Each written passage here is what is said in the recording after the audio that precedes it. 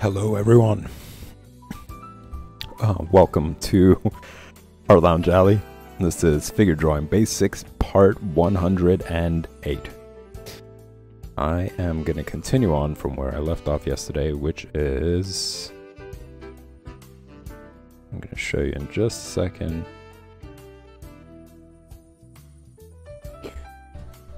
Right here. So for those of you who are just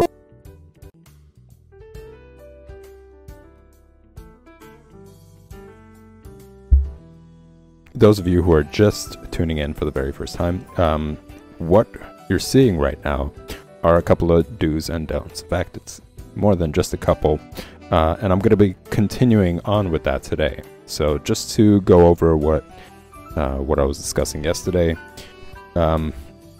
do construct the hand using the block form.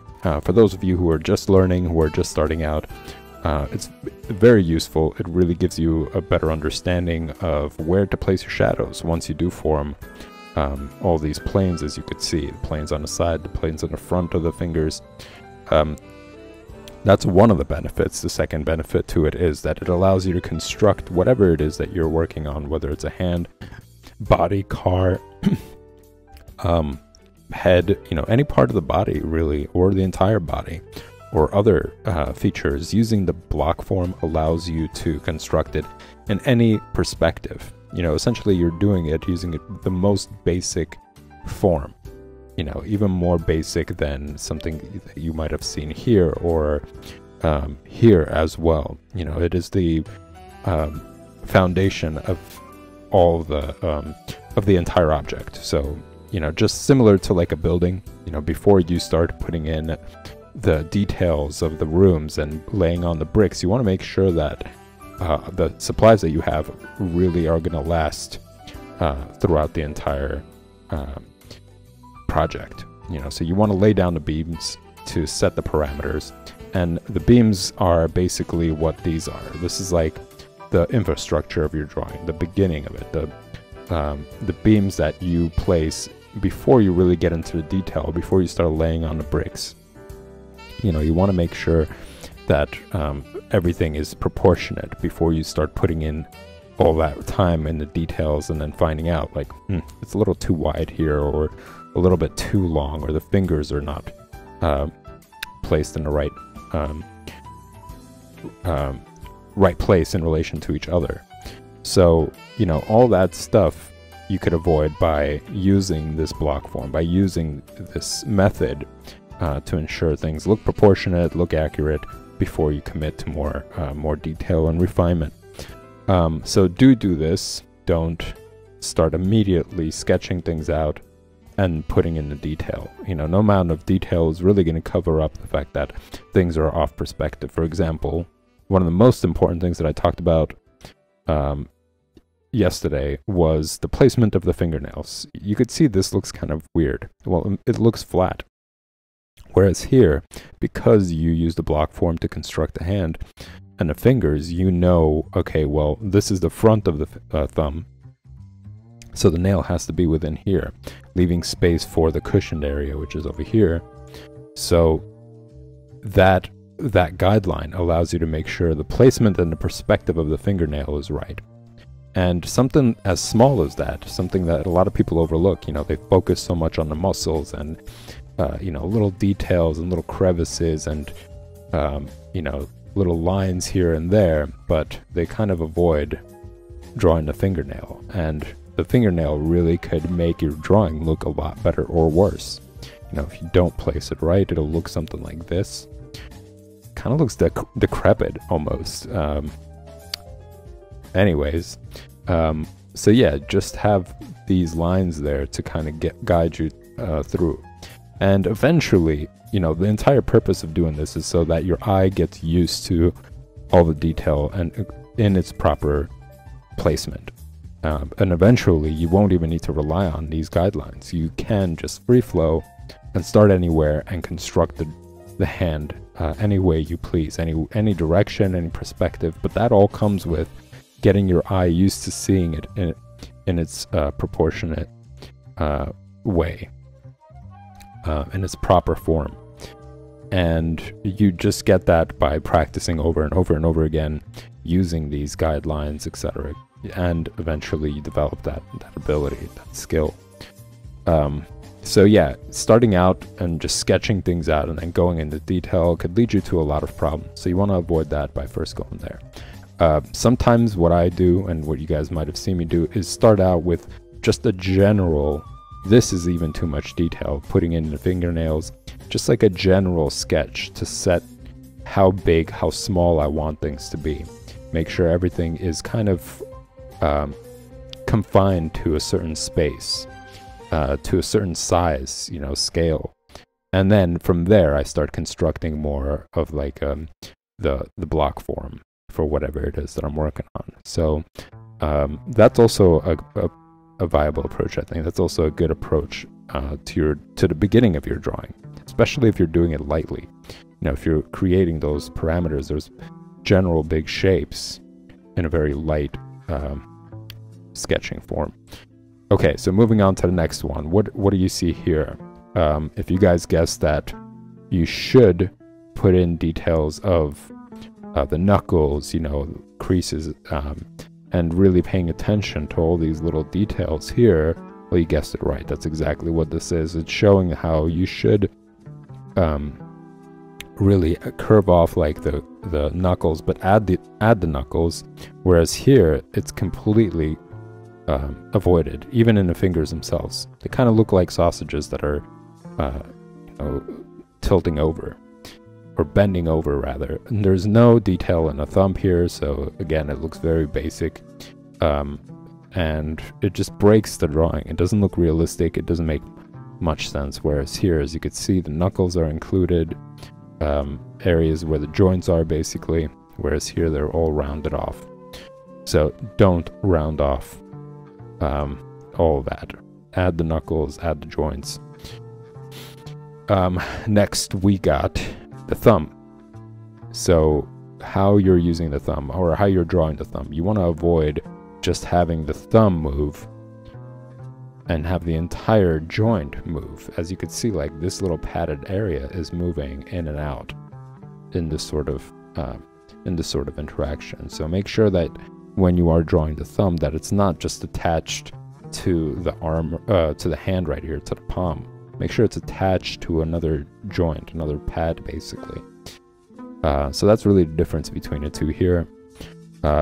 Next one, this one, I think it's most people notice this. You know, the other ones might be a little bit more difficult to catch, but this one is fairly common as well, I think. It is making sure that the base of the palm is curved. The base of the palm is curved, the base or the top of the fingers are curved as well, as you can see over here. Whereas here, it's just straight. You know, the fingers are just straight. The palm is straight. And that's not a good approach towards drawing hands. Same thing with the thumb. As you can see with this one, there is no detail here, but there is detail on the thumb over here that's included. So remember, curve the base of the fingers and also curve the top of the fingers. There should be a curvature to it. And also pay attention to the variation in the fingers. As you can see, the highest point is going to be the middle finger. Sometimes it varies between the ring finger and the index finger. One of them is shorter or longer. In my case, the index finger is longer than the ring finger, but sometimes people have it the other way around. It varies. So pay attention to that. That's also a really important detail. And then we got this one right here, which is pretty much the same concept as the one on the bottom here. You want to curve the knuckles. You don't want it to be straight as it is here. So you can see that there's a curvature to them, whereas here is just straight. And that pretty much does it for the review of what went on yesterday. I'm just going to continue on today. There's like 2 more that I'm going to be doing, and I'm going to continue on with drawing hands. I'm going to be drawing the hand using or holding another object. So you guys might have seen it before, and I'll show you real quick.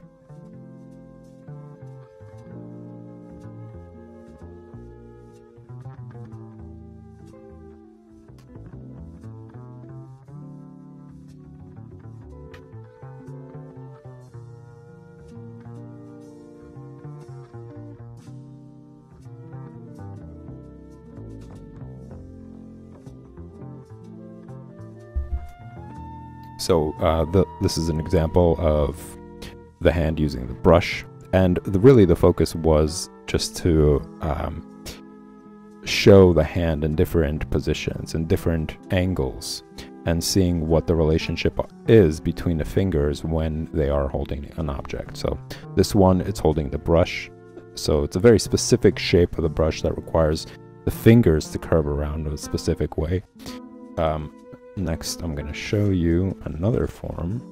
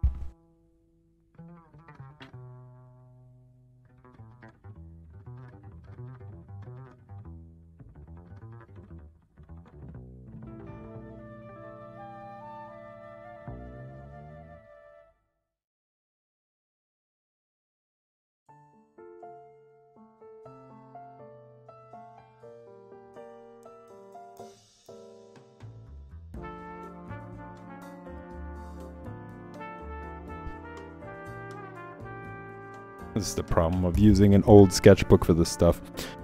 So here we got more examples. This is the hand holding a glass, and now just paying attention to how the fingers form around the object. You know, just different angles. And it's just useful to practice that. You know, the more you get familiar with the fingers in relationship to the object that they're holding, their curvature, the curvature of the fingers, the more and more you grasp that idea. It's kind of similar to, you know, finding out the definition of a word and then seeing it over and over and over again, and eventually that definition just kind of sticks in your mind. You know, so it's the same kind of result when it comes to this. You know, the more often you see this, the more often you see it in different positions, the hand, the fingers, the more you draw it. You know, again, getting used to the hand-eye coordination, not just observation. The more and more you're going to get a better understanding for the hand. And I also encourage you guys to like dive into other forms of understanding these features. Like, for example, I did a little bit of work using clay, and that really helps me understand the face in different perspectives, different angles, you know, different lighting as well. If I have the light source in different directions, that's going to affect the face, and it's going to affect how shadows form.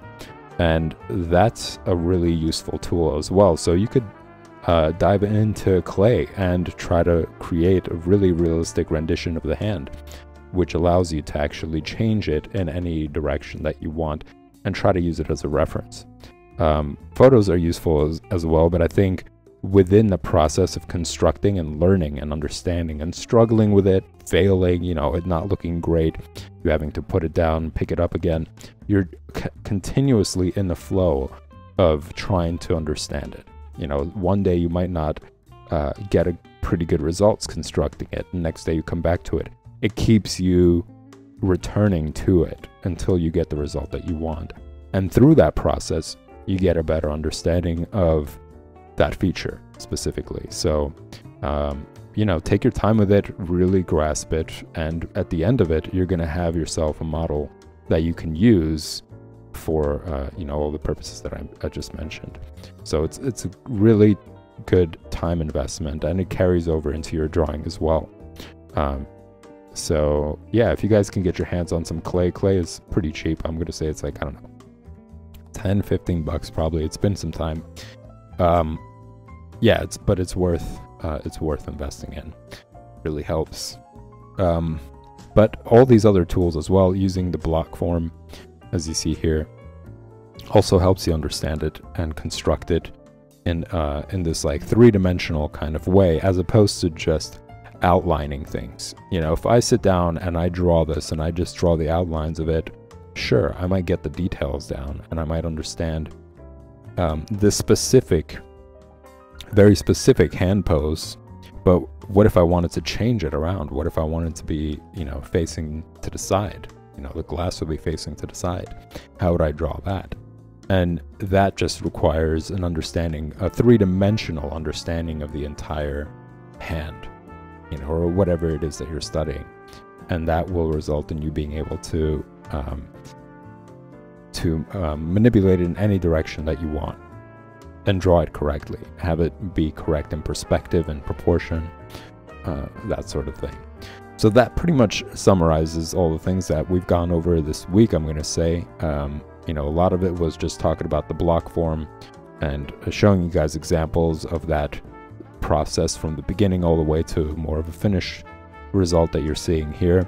If you guys want to catch up on that and you want to see all the step-by-step processes, you could go to the video section and filter it based on collection, which is going to open up a bunch of folders for you for each of the streams. Also, you guys will get to see the highlights folder that has all the special intros, all the special streams throughout the Art Lounge Alley. But yeah, it'll also give you an opportunity to catch up to previous streams, stuff that you've missed out on. All right, so I'm going to jump into the remaining of the do's and don'ts.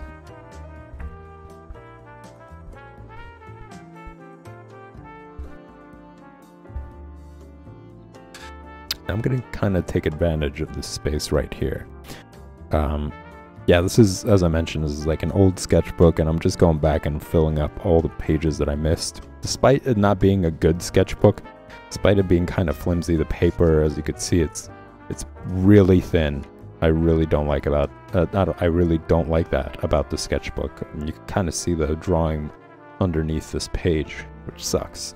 And it wouldn't withstand things like India ink. You know, it does have some water on it from time to time. I do add some water on it. So, yeah, if next time you guys try to buy yourself a sketchbook, take some time and really feel them out.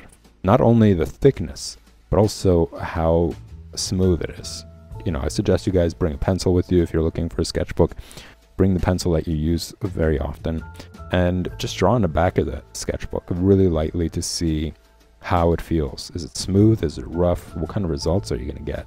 Do a little bit of a test by what I did was basically do the shading process. So I would start out light, and then I would start pressing darker. And what you will notice, depending on the paper, is how these gradients form. Sometimes there's like space in between the lines because the texture of the paper is so rough, and the lines themselves are very like how would I say it, grainy. They're kind of grainy looking. So you know, some people like that. Some people like that feeling, or some people need that for whatever medium that they're using, which is fine. But take your time and explore it. You know, that is something to consider. The thickness and the smoothness, or the roughness of the paper, can really affect you, how much you enjoy the process, how much you enjoy drawing in a sketchbook. That's something that isn't present when it comes to digital art. You know, you're basically just drawing on plastic. It's plastic on plastic.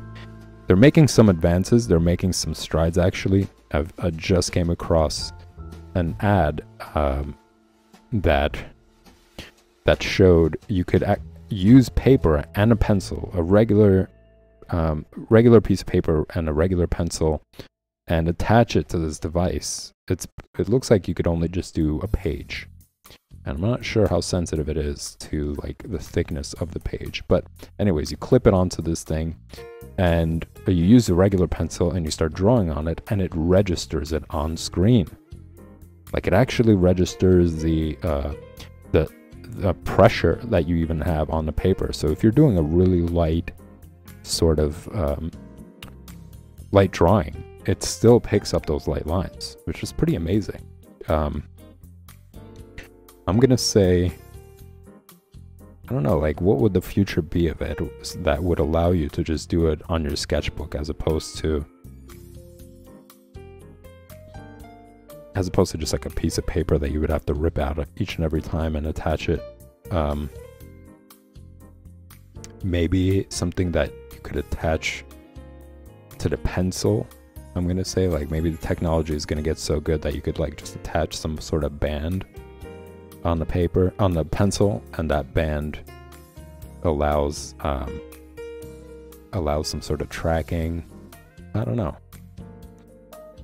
but that, I think, is something that is the key difference between digital and traditional, is that you get to feel the mediums. Like, you get to feel the texture of the paper, you get to feel the texture of the pencil that you're using.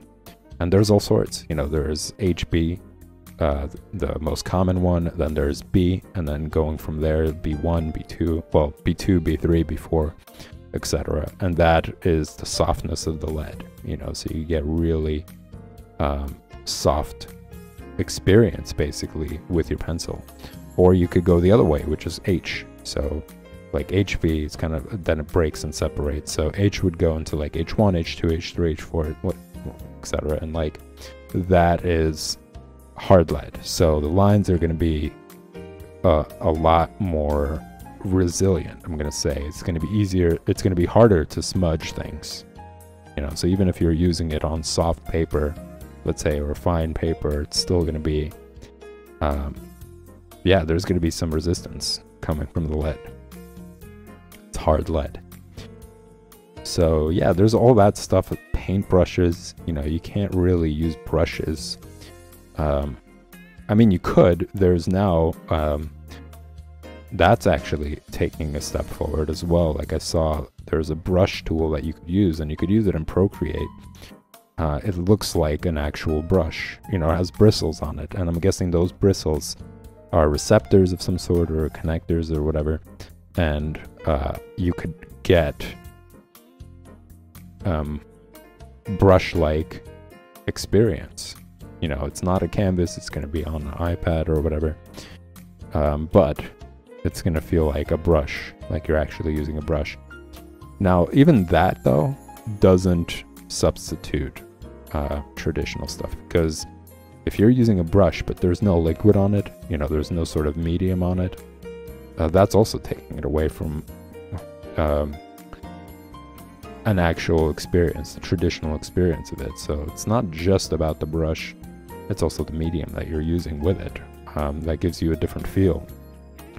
So if you're not that focused on the experience and the feel of the mediums, I think digital is great. It's basically is just the best tool you could have. I'm not knocking it. I still like to use it. There are a lot of benefits to it. You could fix mistakes instantaneously, you know, unlike with the brush experience. You have to, you know, either cover things up, let it dry, use a rag and smudge it off. You know, it's more of a, there are more steps to it as opposed to doing it digitally. So it has its pros, it has its cons. Also, it's great because you're not fussing around with any of that stuff. Sometimes you just sit down and you just immediately start drawing, and it becomes about the subject, you know, whatever it is that you want to create, and that's it. You know, you're not fussing about materials, you're not fussing about this, that, or the other. You're just focusing on drawing. So that's also a perk. You know, it's something that's also really useful when it comes to that. But again, like I said, I don't think really it's one is better than the other. They all have their perks. They all have their pros and cons, basically.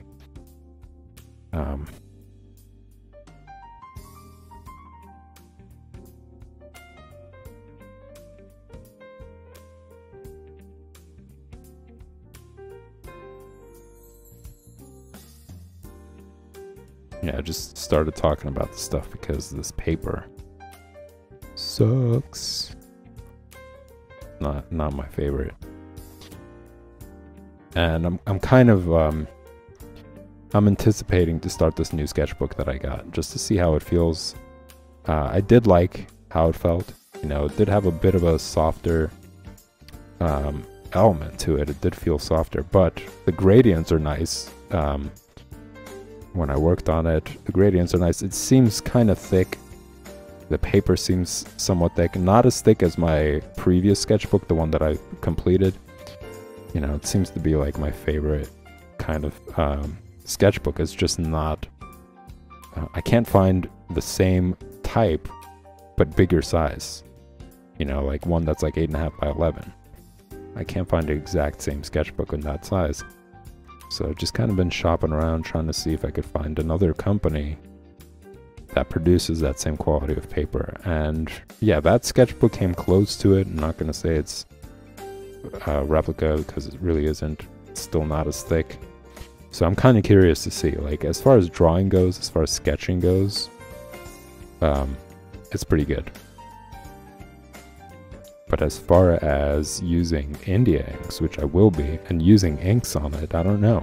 I did do a quick test. Like, I sketched something and then I inked it. And it looks alright. It doesn't look like it really seeps through to the other side.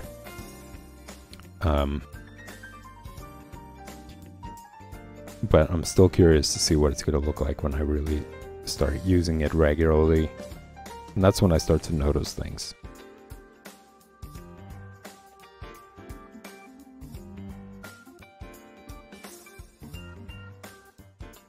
But that's ways away, because I've yet to fill this entire sketchbook. That's the goal. You know, I'm gonna make sure every single section is gonna be filled before I move on to the next one.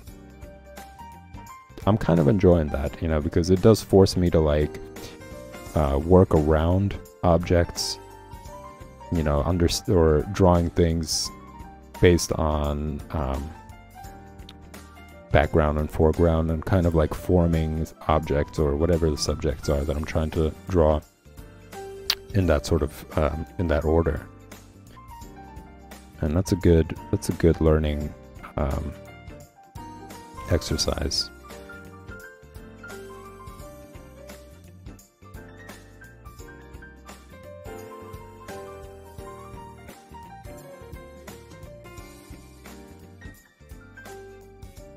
So now I am constructing,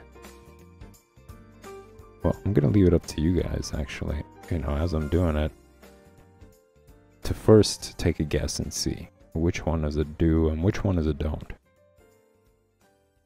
Because I could be drawing it the other way around in comparison to the previous order.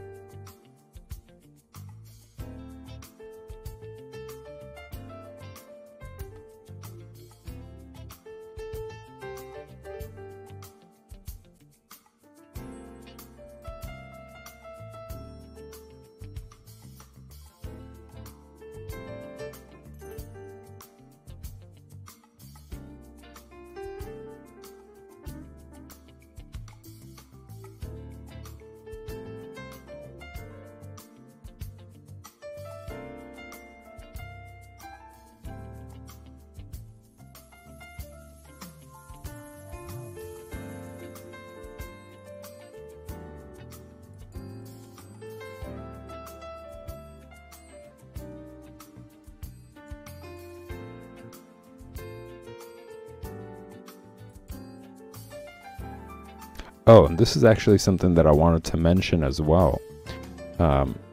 Before, when I was talking about the do's and don'ts when it comes to the fingers and the curvature to them, also pay attention not only to the base and the top, but the middle as well. Like, you see these lines here for the bending, it's also the same thing. So this entire section follows the same curvature. So the top of the fingers, they follow all the little indentations that you see on your hands.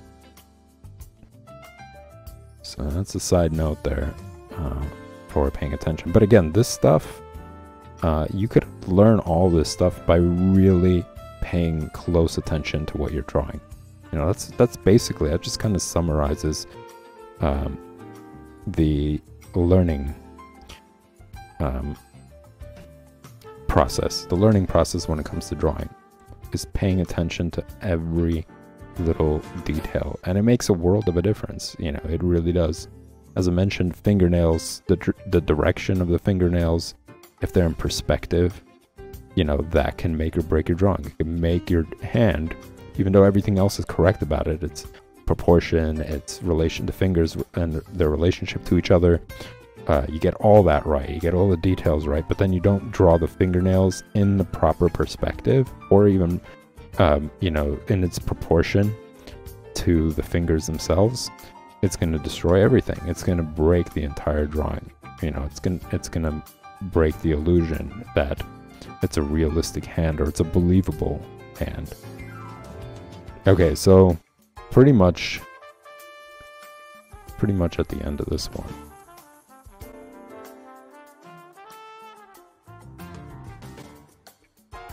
Hey, August Trucha. Hope I'm pronouncing that right. Trucha. August Trucha. August Trucha wrote, "Hi bro, I don't understand so much English, but I like to watch your streams. It gives me calm." I'm glad it really soothes you, I guess, or makes you feel calm. That's awesome.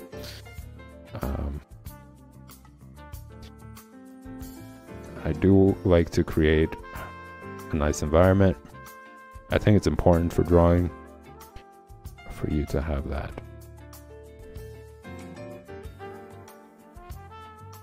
It kind of helps with focus as well. You know, they say actually classical music is great for that. That's why it's considered to be really good for studying, because it's not overbearing. It's not too much going on. You know, some people could focus while listening to like EDM or whatever, and that's cool. And there's nothing wrong with that. But it has been said that like classical music improves focus, and it's great for studying. It's nice to just have it in a background. There isn't really anything that's trying to catch your attention as much. And it is a mood, you know. That's basically what music is. It's like a mood depending on what you're listening to.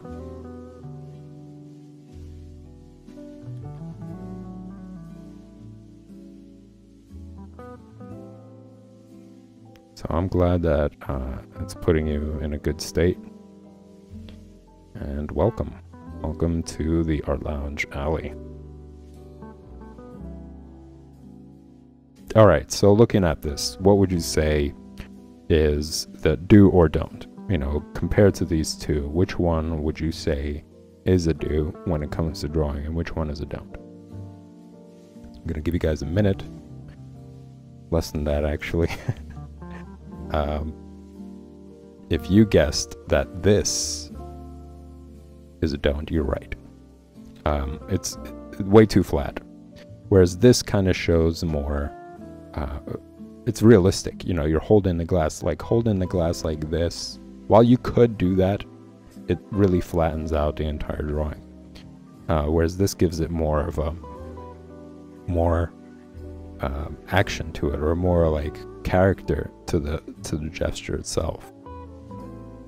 It gives it more of a natural sort of feel to it.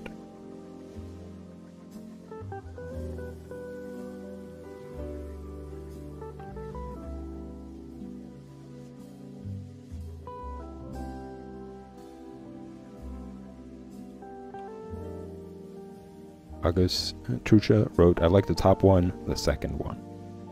So this would be, I guess, the top one. Yeah, you're right. This is the one that would be the best approach, because the hands and the fingers are flexible, and you want to show that in your drawing. The more you show that, the better the image looks. Sometimes people draw like stuff like this, and even though there's, as you see, there's a lot of detail there. There's a lot of, you know, creases and indications for the for the knuckles, and there's also curvature, right, to the fingers and to all those indentations as well as the base, so it looks correct. But the problem is that it's stiff.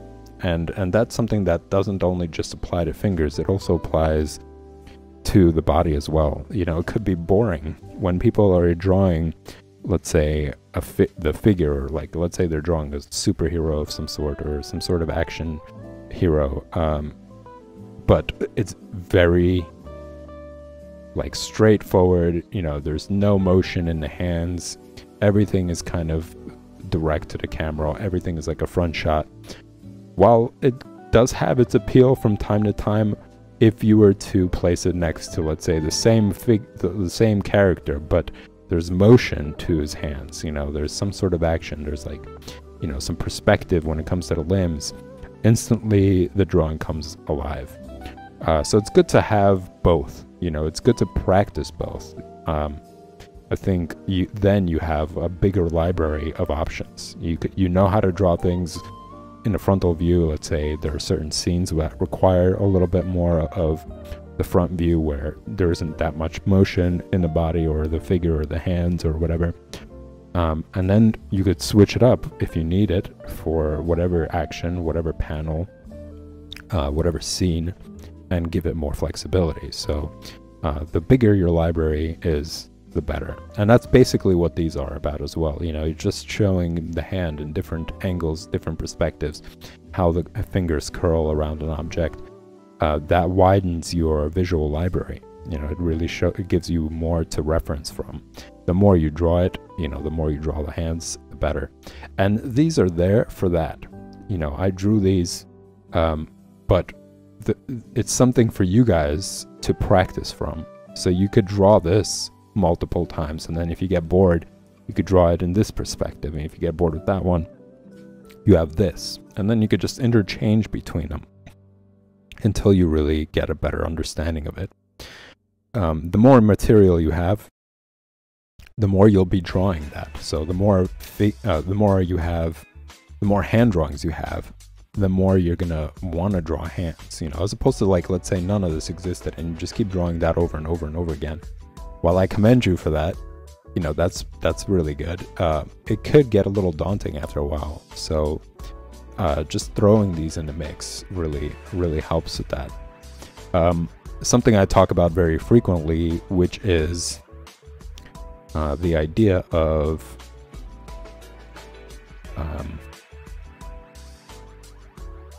repetition.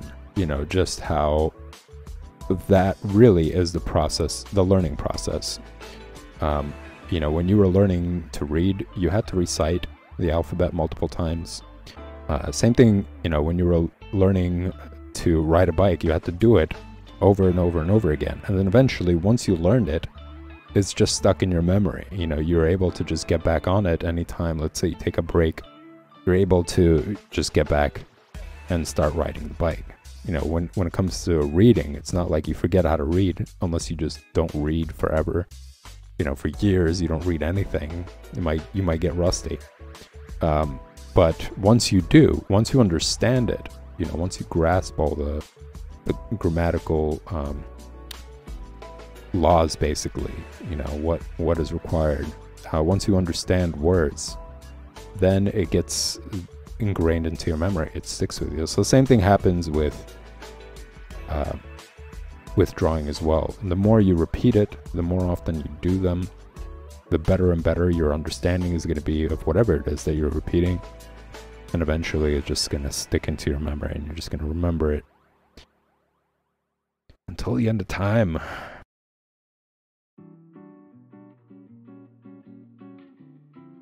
For a very, very long time.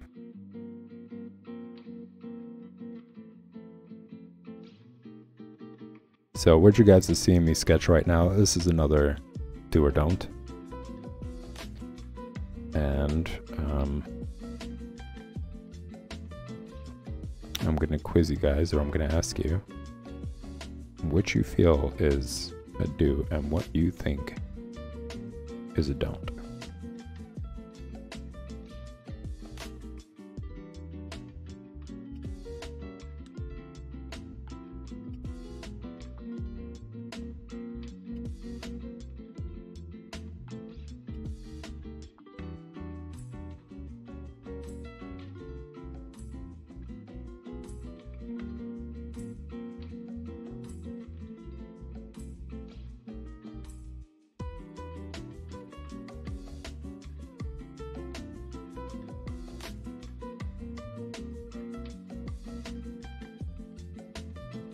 August Trucha, if you're still in chat, I'm curious to know, how did you find the stream? Was it just through browsing Twitch, or was it through a different social media platform? I'm kind of curious to know where my audience comes from, like where am I generating people from? Because I post on a lot of social media platforms. I never really know exactly where the traffic comes from.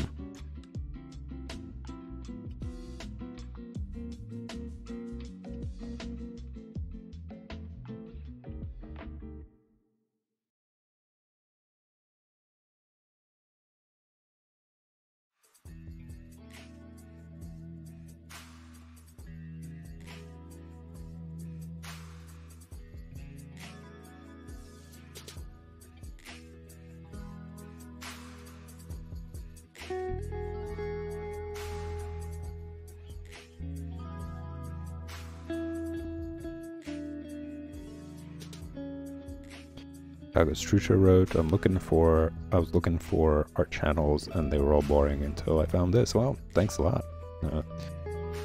Thanks for the compliment.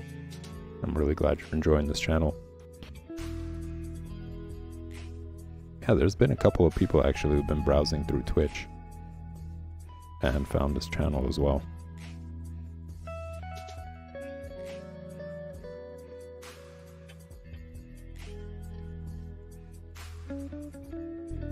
And I'm surprised. I thought that most of my traffic would be coming from other platforms.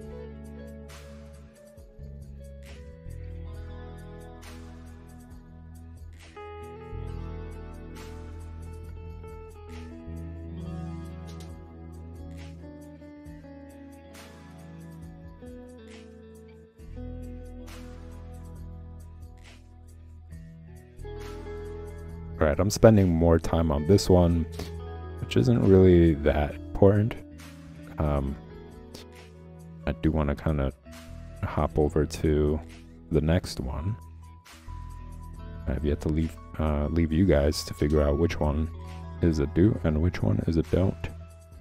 Okay, so this is one.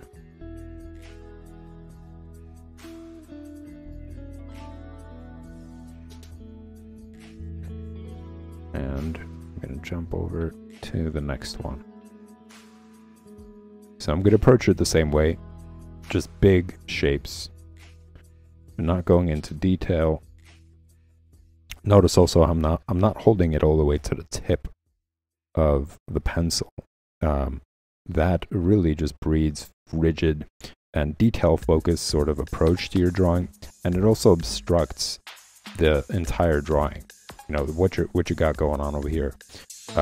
Just notice the difference. Like once I'm up here, I can't see what's behind the finger here. Whereas here, it allows me to really see everything that's going on around. And that's useful for anatomy. You know, you want to compare what you're drawing to the rest of the drawing and see if it's too big or too small. You know, so for instance, if you're drawing an eye, you want to see if it's as the same size as the other eye, you know, or if it's on the same line as the other eye, which is really crucial. So that's an important thing to notice, something that I like to remind you guys, those of you who are practicing along to the stream, who are also drawing, or those of you who are just, you know, looking for inspiration until you do. That's something to remember. Yeah, try not to do it all the way to tip. It does have its benefits. Like, you guys will see me do that with a brush pen or a brush. Because, and I'll show you real quick, when I'm using the brush and I'm holding it at a distance, I have to have it all the way, like holding it this way, you know, which is kind of a little bit uncomfortable. And it's not impossible, but it's a little bit uncomfortable. In order to get the best use of the very tip. The very tip is a really fine point, and the harder you press, I'm going to just see If I could bring it up and show you guys. So the more I press on this might not be the best. It's kind of stiff. Oh, here we go. This isn't that stiff, but if I press on it, you see how the the bristles expand. The line is going to be a lot thicker.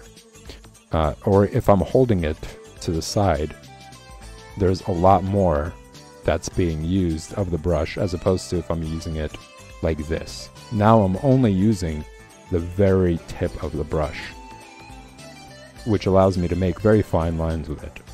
So in that case, it makes sense to hold the brush at the very tip of it, because this is going to give you really thick, broad lines, and you want to avoid that. So it really depends on the tool and what you're doing.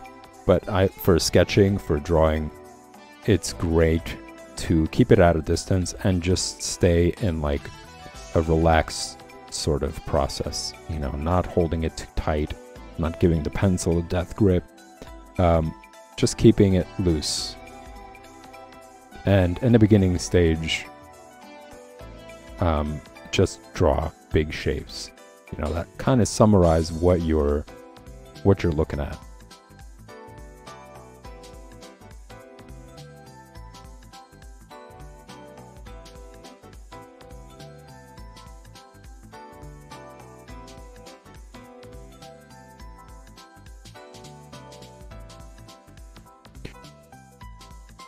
August Trucha asks, I'm curious, when did you start streaming and where are you from? Well, I've been streaming for, I'm gonna say like 4 months now. About that long. Whereas where I am from this planet. I like to say that because, you know, that is my perspective on it. I'm not a nationalist. I really do think that this planet doesn't belong to anybody in specifically and belongs to everybody. You know, so I don't really identify myself as any nationality or any of that stuff. Just a human being. A human being living on this planet. Just like you.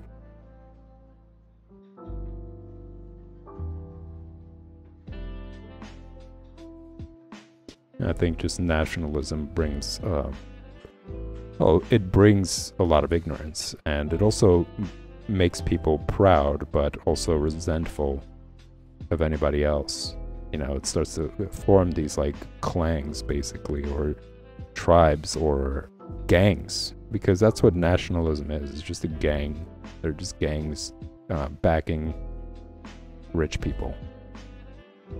Now, there are a bunch of rich people who either got there through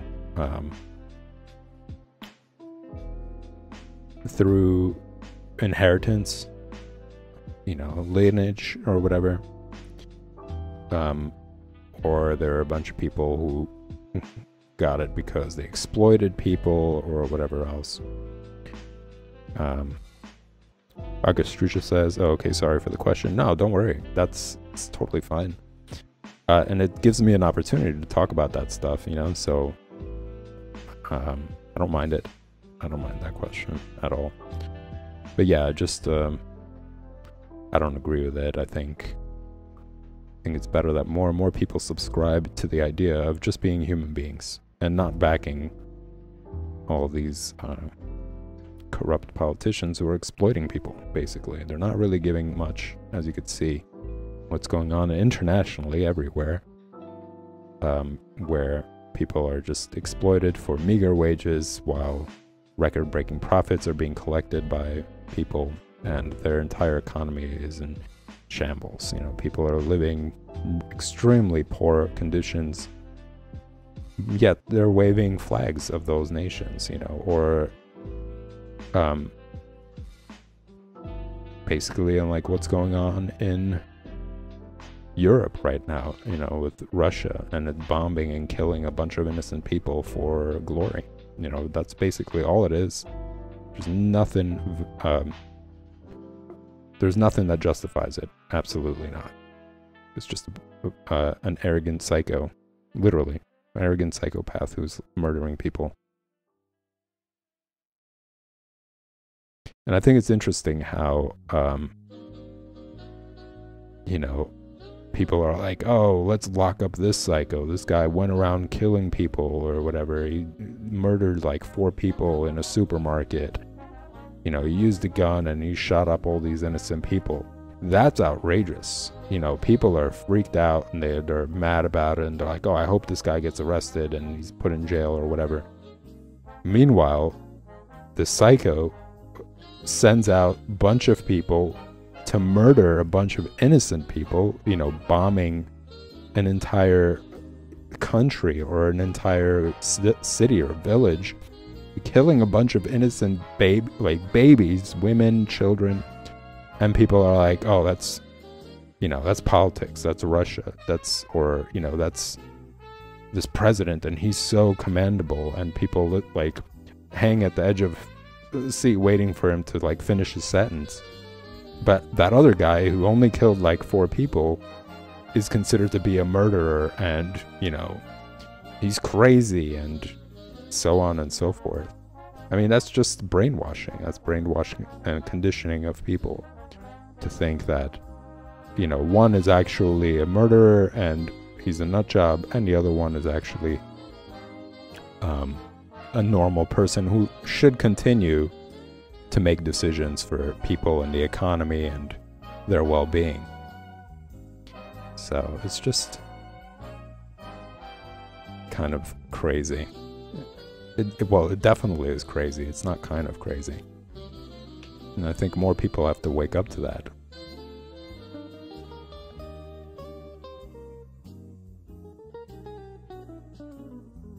Yeah, they have to get rid of those people in these political positions. They have to overthrow them, get them out. And those people need to be locked up for crime. You know, just the same way as somebody who murders a bunch of innocent people.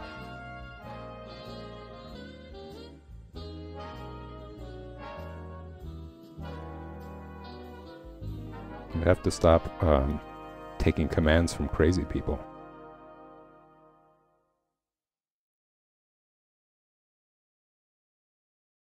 And I challenge you guys as viewers to really question the idea of like, what is crazy and what is not. You know, like, again, these people who are committing war atrocities. That's crazy. What they're doing to a bunch of innocent villages and people for the sake of money, profit, power, that's crazy. We have to stop accepting that as normal. And protest, you know. That's how you change the course of things. By not complying with that stuff. Alright, anyways, going back to this drawing.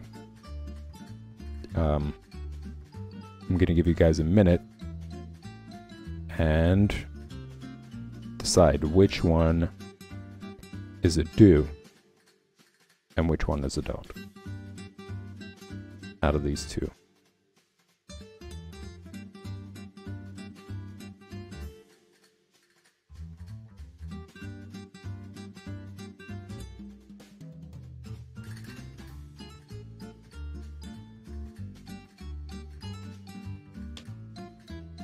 And it might be a little bit harder to spot.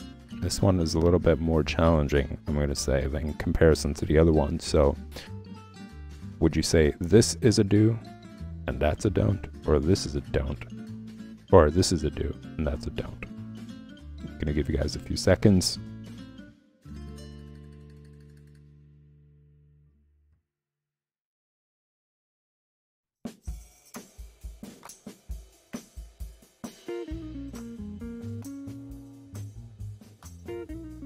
Spot the difference, really. It's very subtle, and the clue is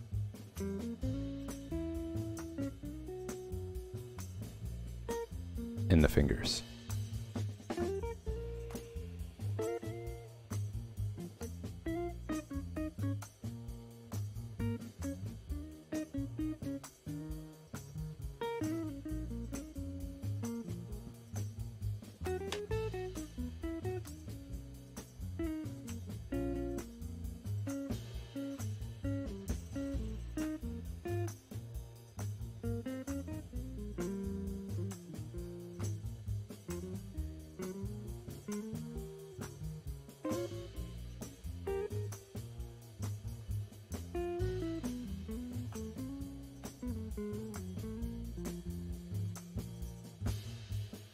Alright, time is almost up. And... no. Agastrucha. This one, and I'll explain it to you guys. This one is the do. This is the don't. And it comes in the fingers. Because as you could see over here, everything is slid down. Like including the detail that I was mentioning, the pinky. Everything is kind of shifting. But if you look at it in this perspective, the pinky is going inwards towards the other fingers. Whereas in this example, it's following the same direction and they're all like going downwards. So that's a really important detail. Even when I'm forming this fist, you see how like the pinky is going inwards towards the rest of them. It's coming into a bunch, whereas here it's not. And it kind of makes it less of a fist in a way. It makes it less believable that it's this fist. Whereas here, you could see they're bunched in together and the pinky is going inwards. So I did make this a little bit more challenging. I spent more time on this and I refined it more. So it kind of sticks out more so than the one on the bottom. But the correct, anatomically correct one is this one right here.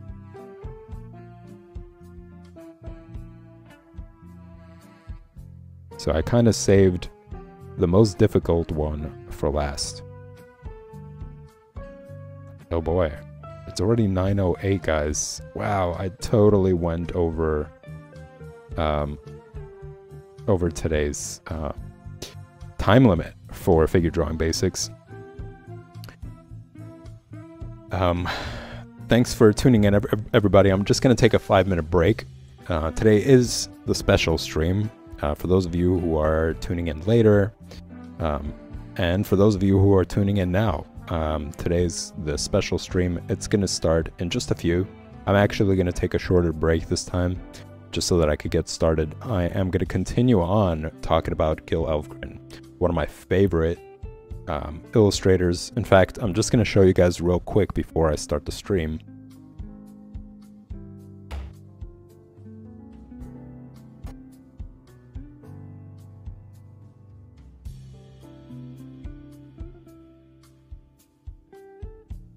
This right here is Gil Elfgren. Now, this is meant for adult audience.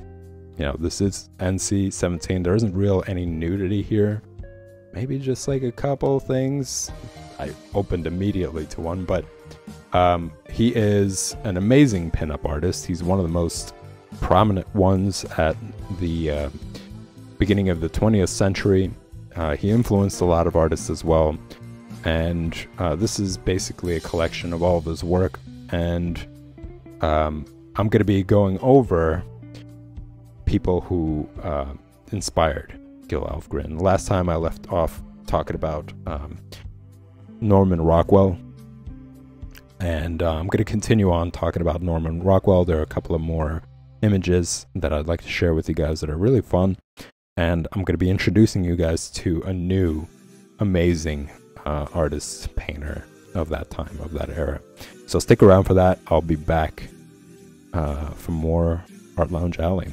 Thanks for tuning in, everybody. If you enjoyed this content, make sure you remember to hit that like and subscribe button. They're both greatly appreciated. Thanks for Agastrucha for being in chat and asking some good questions. And I'll see you in the next stream.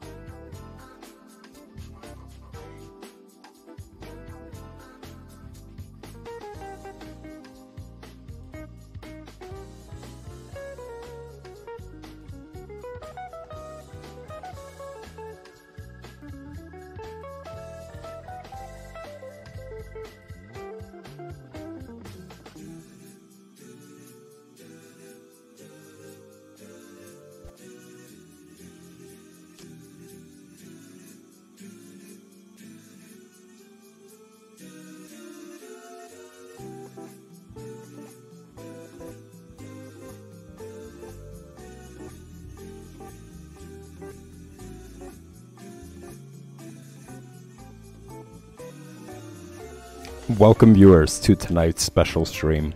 I'm your host, and this is Gil Elfgren Part 6. We're chugging along here, and there's a couple of more. Well, there's probably going to be 5 or 6 more of Elfgren before I actually start showing you guys more of the book and all the different images from there. Side note, this is for adults, this is for a mature audience, so I'm gonna rate this NC-17. There's some things that might not be suitable for kids, so you guys might want to tune in to another stream. But for now, this is going to be different. It's not going to be showing that much of Gil Elfgren's work. I'm just going to show you guys as an intro, as an introduction, talk about Gil Elfgren real quick before I continue on talking about his influences, people who really inspired him to become such an amazing illustrator. It's a lot of fun. I'm having a blast talking about it. I'm having a blast showing you guys and talking about their work and giving you insight about who they were and how much influence they had in the illustration world, especially at the beginning of like the 20th century, I'm gonna say.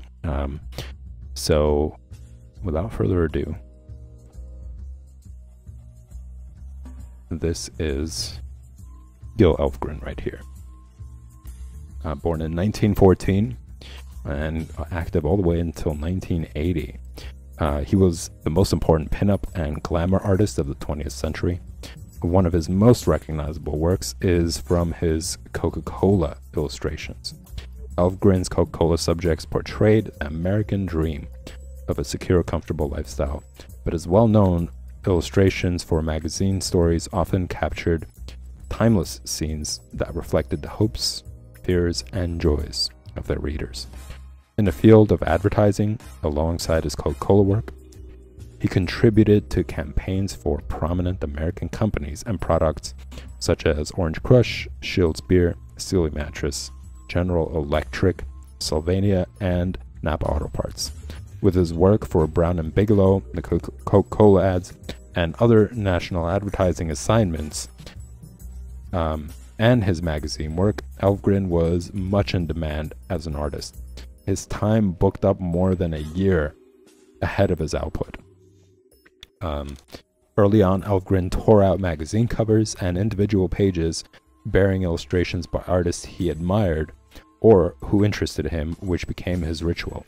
These pages became a comprehensive collection that would later influence both his painting technique and his approach to particular commissions. If you guys missed out the previous ones, long before he attended his first class in 1933, Elfgren had been impressed by the early pretty girl illustrators like Charles Donna Gibson, Howard Chandler Christie, Harrison Fisher, as well as McClellan Barkley, Haddon H. Sundblom, Andrew Loomis, Charles E. Chambers, and Pruitt Carter. And all these artists I've gone over in the previous stream. So if you guys missed that out, you can go to the video section, filter it based on collection, and you'll see a folder called highlights. You could click on that and you could see all the previous streams, all the previous Gil Elfgren streams, and catch up. They're all worth it. They're all talking about very different stuff.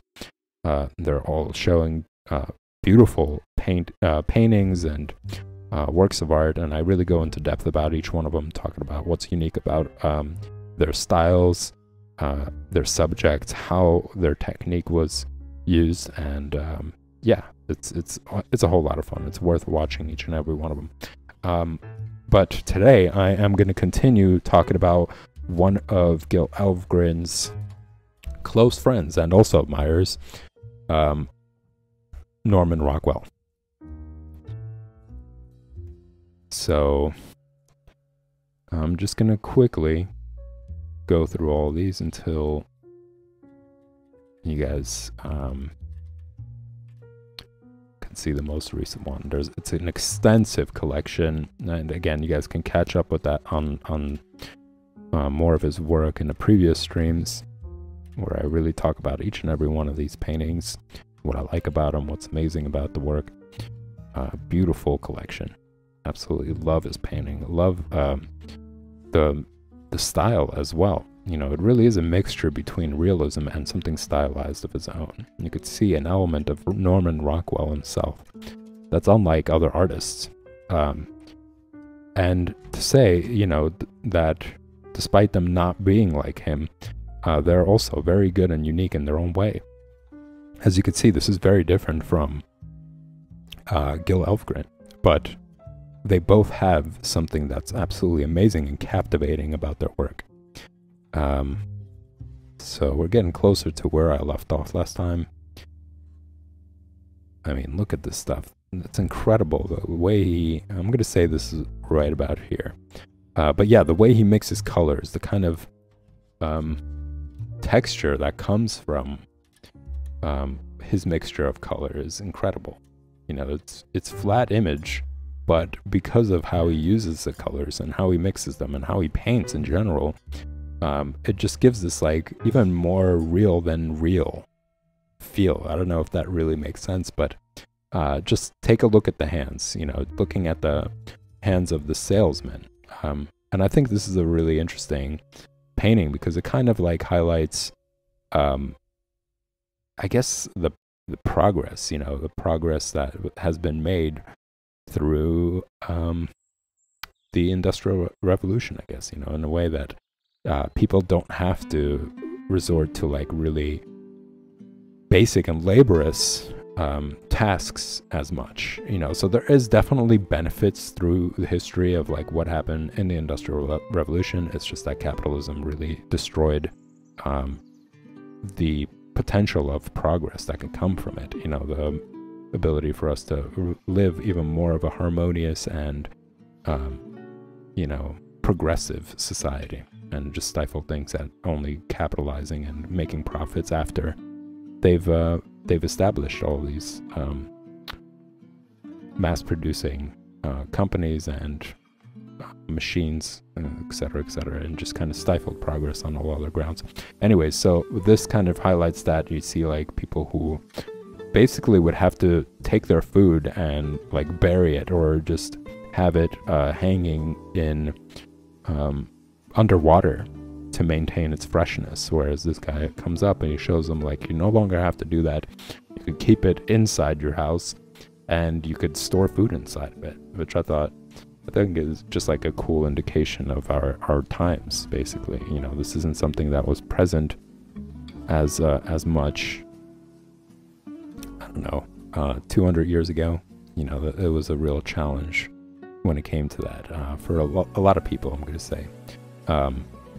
But yeah, I thought it was a cool painting to just highlight that, and just again to show how amazing his compositional work is. You know, just being able to create this with yet so much white all around. There isn't that much detail, but the way he constructed it compositionally, you could see where the focus is, what the subject of the painting is. And also, I think, as I was mentioning earlier, like looking at the salesman's coat, it really does have this like three-dimensional element to it, despite you seeing that in their faces even it's slightly stylized. And something that I really like about Norman Rockwell and Gil Elfgren, and one of my favorite comic book artists who you guys have been seeing, John Buscema. They all kind of balance this dichotomy between realism and fiction or fantasy. You know, they both have that element. Like if you look at John Buscema's work, his face expressions, the figure, the anatomy, it really does retain a very mature, like realistic kind of feel to it, despite lacking like hyper realism to it. And yet it does have this fantastical element to it. It still looks like a comic book. That's the best way that I could describe it. You know, it really highlights that. And I think the same thing is with Gil Elfgren. If you looked at his paintings, even though they're very well rendered and there's 3 dimensions to them, unlike John Buscema's work, you know, the way he paints them, the way that he adds curvature through paint and light and shadows and colors, there's still a fantastical element to the women and their faces. He exaggerates just a tiny bit, which kind of brings that fantastical element, that stylized sort of approach to the female figure and the faces and their expressions. And the same thing with Norman Rockwell, as you could see. I'm going to say this really... Where is this painting? I mean, this one is incredible. Absolutely amazing. There was one with the kids. They're standing there holding the baseball bat. Where is that? There you go. Oh, no, it's not baseball bat. That's another one. But this one right here, you could see they're super lanky. I mean, part of it has to do with, like, of course, being teenagers and having growing pains, but it's exaggerated. I'm going to say, like, the size of their torso in comparison to the length of their legs is incredibly different.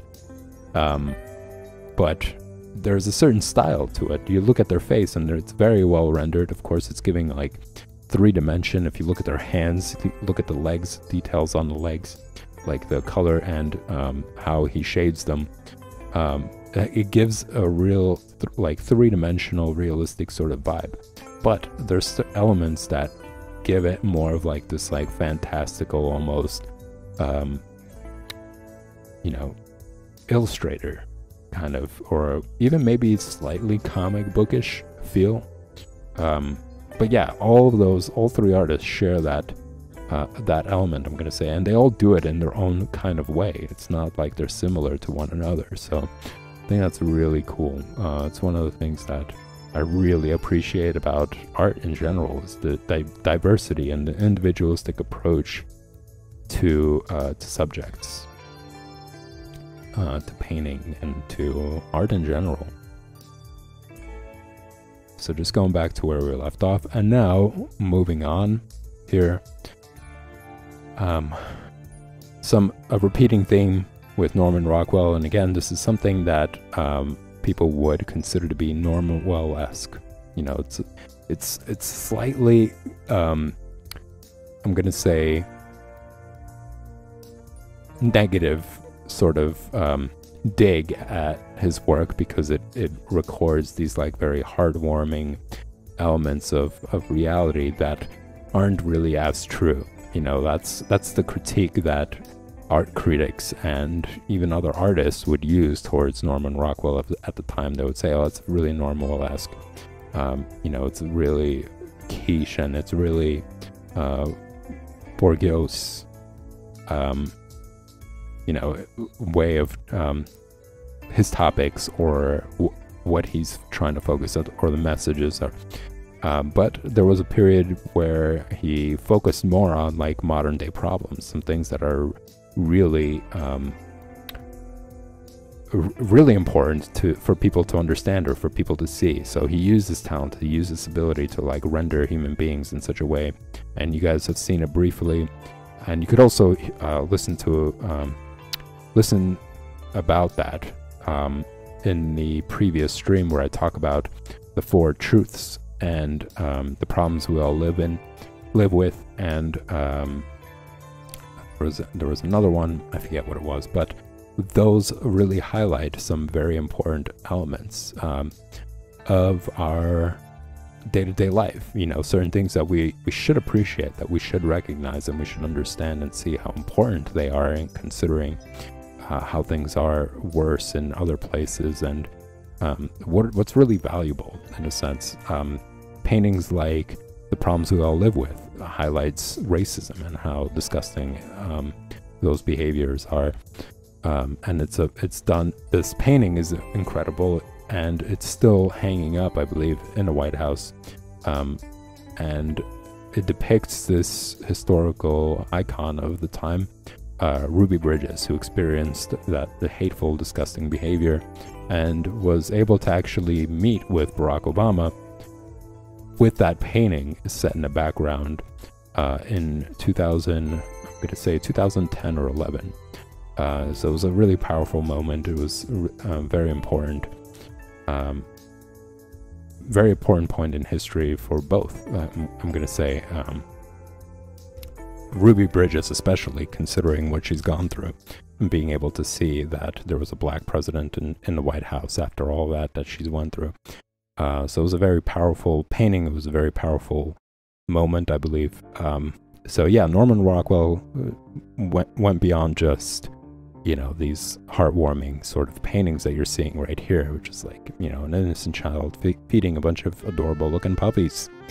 It's still a beautiful painting, and I think it still serves its purpose in reminding people to just be kind, you know, to be caring, and to really find value in things outside of themselves. And I think this kind of image shows that, you know, this kid just really wants to feed and make these puppies happy. And like, you could see that the mother is really thankful for it, and she's really appreciating that he's feeding her babies, basically.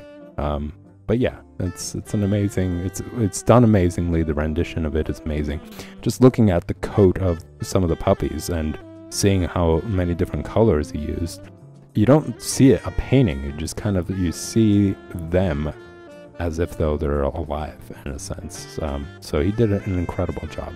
Even looking at the mother and looking at the muscles, the details in the muscles of the legs, it's so well done. It's so realistic. So it's just like, I don't know, just a couple of pixels away from just being like a photo, basically. Also captured a real emotion in a kid's face as well. You know, there's this like, I guess, I don't know, serene sort of look on his face, and he's just taking in the moment and really appreciating it. It doesn't look like there's somebody who's posing, right, or just like is really conscious of the camera. He's just able to capture that as well. All right, so yeah, moving on. I don't want to get stuck on Norman Rockwell for the entire stream. I do want to introduce you guys to a new artist. We're coming close. There's only like maybe 2 or 3 paintings left after this one. But yeah, I really liked this one for its color mixture. You know, there's like, and that's another thing that Norman Rockwell is excellent at, is unifying everything despite having different colors, you know, or different uses. I'm gonna say here it's less so of like of that, you know, because colors are all pretty much close to one another, from his vest to like, I'm gonna say the color of the chimneys and the roof. It's all similar in tone, you know, it's not incredibly vibrant, but still it's rich enough to stand out. You know, there's a crispness to it, as well as the face, and on the face seeing all these different colors, from like the red behind his ear and a little bit of his cheeks to like the shadows towards the front. You know, you could see that the sun is actually hitting the back and not so much towards the front of him, and he's able to do that. He plays with the with the lighting as well, and pushes some things back and brings some things forward, while just kind of having everything unified as well. From the sky all the way down to the bottom where the sunset is, you could see how the gradient of the colors really is such a smooth transition, but yet it still has its presence all around. Like, there's still some elements of orange all the way at the top where the blue is. His painting technique has this, like, I don't know, I guess like very interesting mixture of colors. It's not just, let's say, brown for the vest. You could see there's some elements of blue and some elements of orange and some elements of red. He has such a great understanding of color mixing that he's able to do that, and adds more life to the drawing, especially like looking at the pants too, where the, I guess, handkerchief is hanging. Like that area, you could see there's like a multitude of colors there. There's a bunch of different colors mixed in, as well as with his hair. You know, there's no sign of anatomical incorrectness there. You know, everything is so precise. So beyond just color mixing, beyond composition, beyond playing with light, you know, the light source while bringing things to the front and some things towards the back. He's also incredibly good at anatomy, you know, from the texture of his shoes, like looking at the shoes and seeing how well he's captured that, to the hands, to the face, to the hair, all of it. As well as like looking at the rooster, right, what he's holding. You could see how well he's able to do rust and all the different colors that are mixed in to make it seem that way. Absolutely incredible. Love this painting. Gonna move on to the next one here. Another element of the dog, but I'm gonna say this has something to do with either him getting knocked out by an admirer, or I'm gonna say more closely knocked out by the admirer's boyfriend. Like, this guy was interested in this woman and her boyfriend was there and he socked him in the eye. That's why his eye is black. That's why he's holding the flowers and they're just like kind of all over the place, because somebody sent them flying. But just well done, you know, again, holding the emotion that's in his face to the textures of the hands themselves, to the texture of the shoes, like the soles of the shoes. Really love that. And a great use again of like composition. There isn't much around him, but he uses white in a way where it just kind of adds to the story. You know, it's this kind of like sunken feeling of after being defeated, you know, not just physically but emotionally as well. You know, went out there, he put himself out there, he wanted to confess his admiration or attraction to this woman, and he ended up with a black eye. So it just kind of like using that white in the background makes you just focus on that, you know, and you're kind of in that moment with him. Like nothing, everything kind of dissipates around and you're just left with this feeling or understanding or realization of what just happened.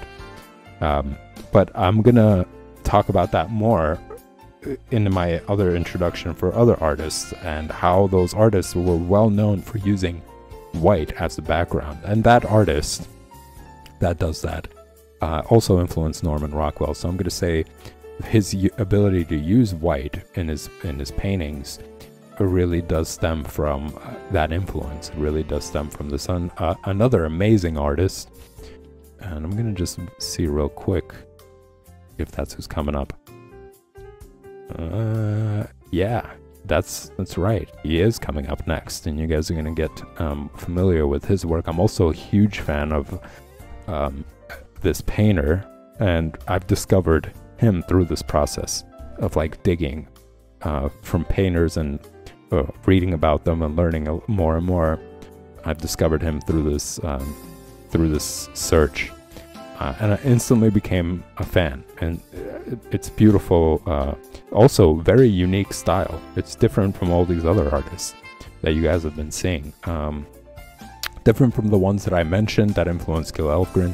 Different from Elfgren. Different from Howard Pyle, the one who pioneered a lot of these artists. You know, the Brandywine School philosophy, and him influencing all these other artists. All of them have very unique styles. All of them have their own element. So yeah, this next artist is going to be a real treat to introduce you guys to. All right, so yeah, going on to the next one. This I think is another example of how he's able to just kind of play around with this like realism, but also fantastical element. You know, you look at their faces and there's so much character from the guy on the left, you know, and how overly exaggerated, I'm gonna say, the size of his nose is, but even like how he drew the mouth, I absolutely love it all around. I think it's such a fun drawing. I think it probably was a blast to paint and draw this guy. Just really brings the whole scene to life as well. Again, great use of white. It kind of centers the focus on these guys. And it's not, as you guys have seen, it's not a way to cover up not being able to draw backgrounds, not being able to draw details. He's incredibly capable of that. It's just the style. It's a choice of telling a story, you know, just having to focus on these two guys.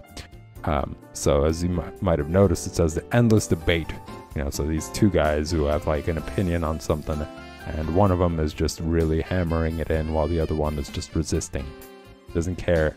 He's sticking to his guns and he's saying no. And it looks like they're arguing about baseball based on what he's holding in his hands. You know, what the other guy is also reading. It seems like it's a debate about baseball. But I think it's just really funny. And of course, looking at the other guy, the one on the right, the exaggeration of one eye as opposed to the other, you know, it kind of gives this like Popeye element to it, which I think is pretty funny. But yeah, again, this like mixture of like realism, like you could see in one side of it, really realistic rendition where, you know, if you kind of like put your hand and close that exaggerated eye, you know, the eye that's kind of popping out, and just to note, this is very much like Popeye, because if you look at the image of Popeye, he also has one eye that's bigger and the other one's kind of shut, and he has that pipe in his mouth. It looks a little bit on the grumpy side, so I think Norman Rockwell is kind of playing into that for humor. But yeah, if you close that one side and you look at the other, you'll see that it really instantly becomes like a very realistic painting. So again, just a display of how he's able to like play around with that. Great use of colors, like again, this highlights how he's able to just unify everything. Nothing sticks out. You know, the guy's wearing a green sweater, you know, or a sweater vest or whatever. And there's like many different colors in there, but yet it doesn't scream out attention in comparison to everything else. You know, there's that guy on the left. There's something very characteristical about him. There's also that heater in the background. You know, all that present, yet the entire painting is unified. Your eye isn't darting to just one thing. Nothing is incredibly focused in the painting, despite the various use of color. You want to look at the guy on the right just as much as you want to look at the guy on the left. You know, and you do take in the chair and the furnace in the background, and as well as the dog. Another painting with the dog present. Incredible work. Beautiful stuff. Moving on to the next one.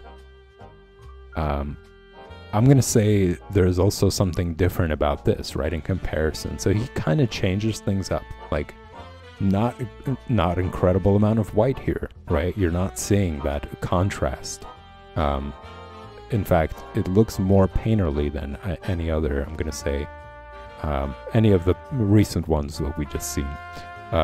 It has this like painterly quality to it. Everything has, the colors are kind of subdued, right? There's like multitude of colors here, but they're all kind of, again, close in range in terms of like how hot they are or how bright they are, because there is red, there is blue in the background, there's some pink even in the chest on the bottom left, but none of it, again, it doesn't call for attention over anything else.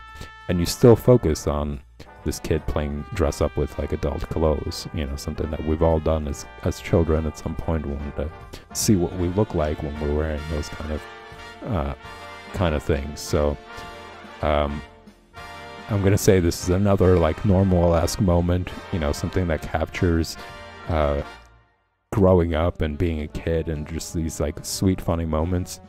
But no, I don't have anything against it. I like it. I think it's great, and I think that he's an incredible artist. He's an incredible painter, and given that he's done work that really does touch up on important subjects, you know, it does say that he does care, you know, that he is on the right side of history, and he does want to make things better. which I can't say a lot for some of the other artists, actually. There's been plenty who, I guess, promoted war of the times. It was a rough period. It was a really terrible time, and which should really say how people should see more of that and understand how insane it was. How many innocent lives were taken because of that, because of negligent politics. There was a lot of inner workings as well, people fueling each other internationally, or I'm gonna say poking the beehive internationally, which is still something that happens now. People meddling in other affairs, international affairs, in one way or another, for profits, for whatever, and eventually things exploding into these crazy scenarios. So some of these artists, they probably just didn't know what else to do other than get rid of Nazis, and yet here we are still with a bunch of people who are trying to promote and advocate Nazi behavior, Nazi values. The whole superior, inferior, better than, less than, all that garbage. It's pushed in schools, it's pushed in work environments and cultures, and it's promoting more and more narcissistic, sociopathic behavior, where people try to do as much as they can to prove themselves otherwise, of being like, oh, I'm not inferior, I'm gonna make this person feel that way, and then so on and so forth. And this crazy loop ends up creating more and more crazy behaviors that get exacerbated. Anyways,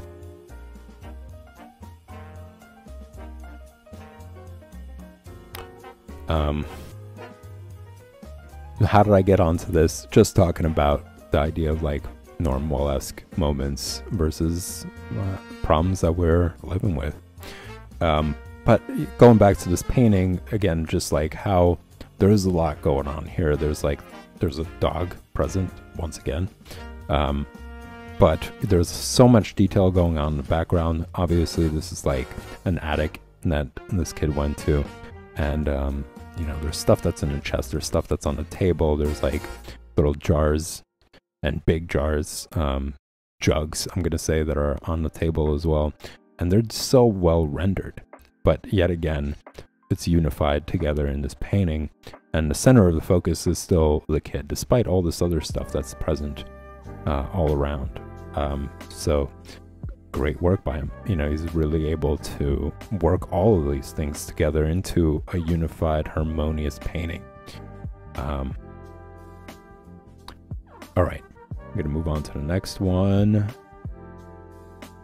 And this, I don't believe, it is Norman Rockwell. That is funny, because for a moment there, I thought this was from the next artist that I'm going to introduce you guys to, and maybe this is going to be a good outro of Norman Rockwell and into the next one. But yeah, this I think is very unique. If you pay attention and remember the face, there's something very unique about it, right? I'm going to say it has something to do with the eyes, as well as how it's painted. The way it's rendered. It's very different from I think it's very different from the other ones that we've seen. But yet it still retains the Norman Wall-esque quality. How he's able to mix all these different colors.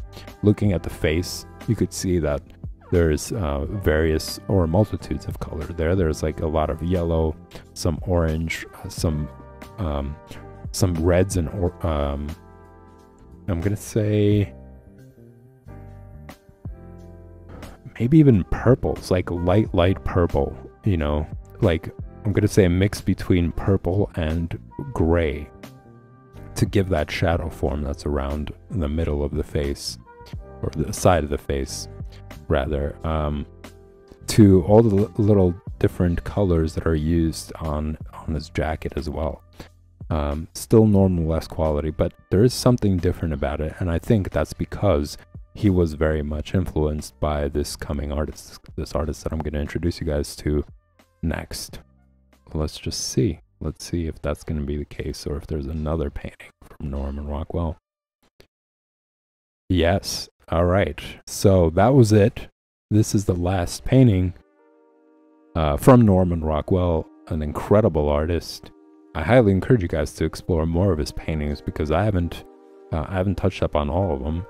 He's done over 4,000 paintings. I'm going to say over 4,000, not just 4,000.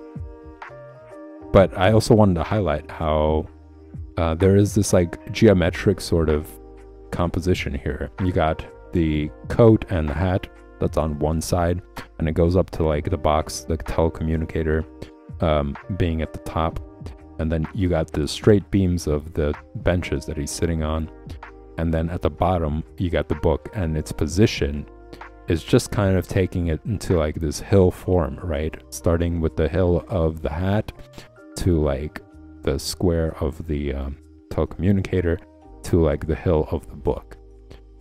So it just has this like waving, you know, speaking of waving, you could see all the wires as well. So it's this waving sort of pattern of objects in the painting, filling up the entire scene in a way. So very cool, excellent composition there from Norman Rockwell. All right, so that was Norman, and here you guys are going to be introduced to, whoops, that's Howard Pyle, J.C. Leyendecker, 1874 to 1951. Now, why do I include the dates? Well, for one, it's to pay tribute to such an amazing artist, and also to just give you guys an idea of like what this era was, you know, who influenced who was like a contemporary. And you could see that J.C. Leyendecker was a bit earlier than Norman Rockwell, so they're kind of close in range of age, you know, but you could see how they could be an influence. So just immediately looking at this, can you guys recognize that Norman Rockwell was influenced by J.C. Leyendecker? First of all, in the previous painting, and I'm going to just show it to you real quick. I'm going to fade this out. So pay attention to that, and then look at the... Can I go back to all the way to... No, I'm going to have to skip through all of them. Or wait. There you go. So take a look how there are these like little etchings, right, on the jacket. There are some etchings on the bench itself, even on the telecommunicator, and some on the jacket that, or the shirt that he's wearing. There's a little bit of that etchy style. So just take a look, and also pay attention to the face. Like, look at the eyes, and you could see how that's also present in Leyendecker's approach. So this artist wasn't just inspiration for Norman Rockwell. He was also a big inspiration to the point of this entire stream, the special stream, Gil Elfgren. He really influenced both of them, you know, and of course beyond.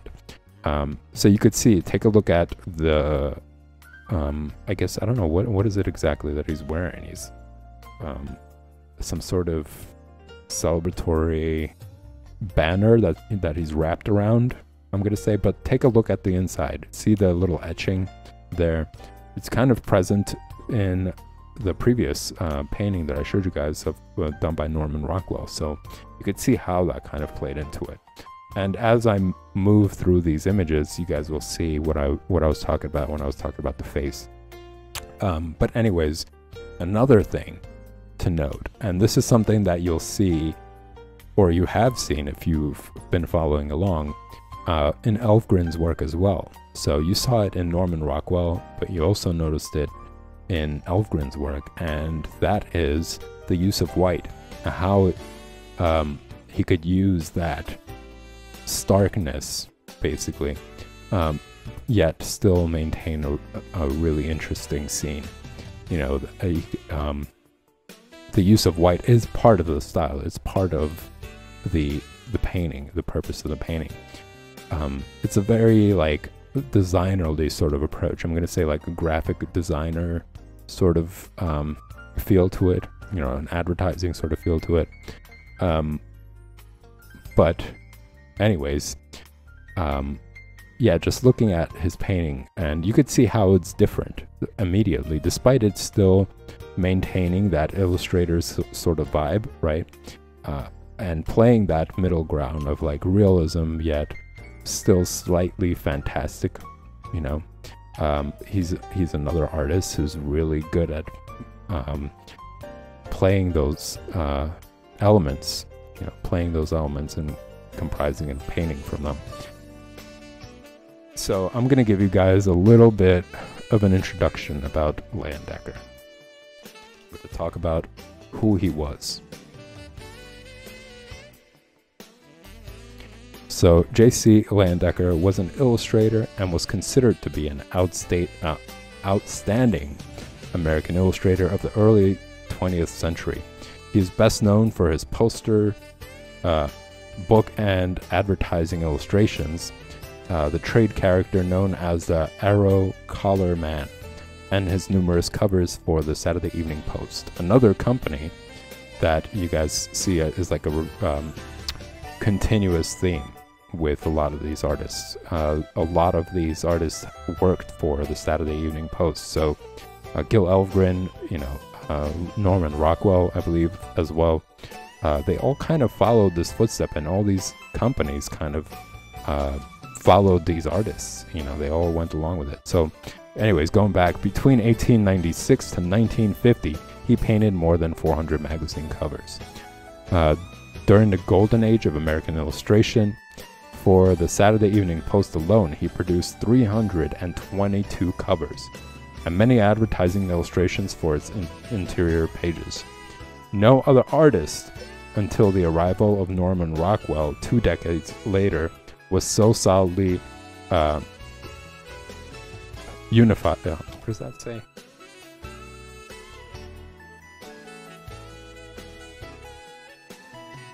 Intertwined, I'm going to say, intertwined with one publication.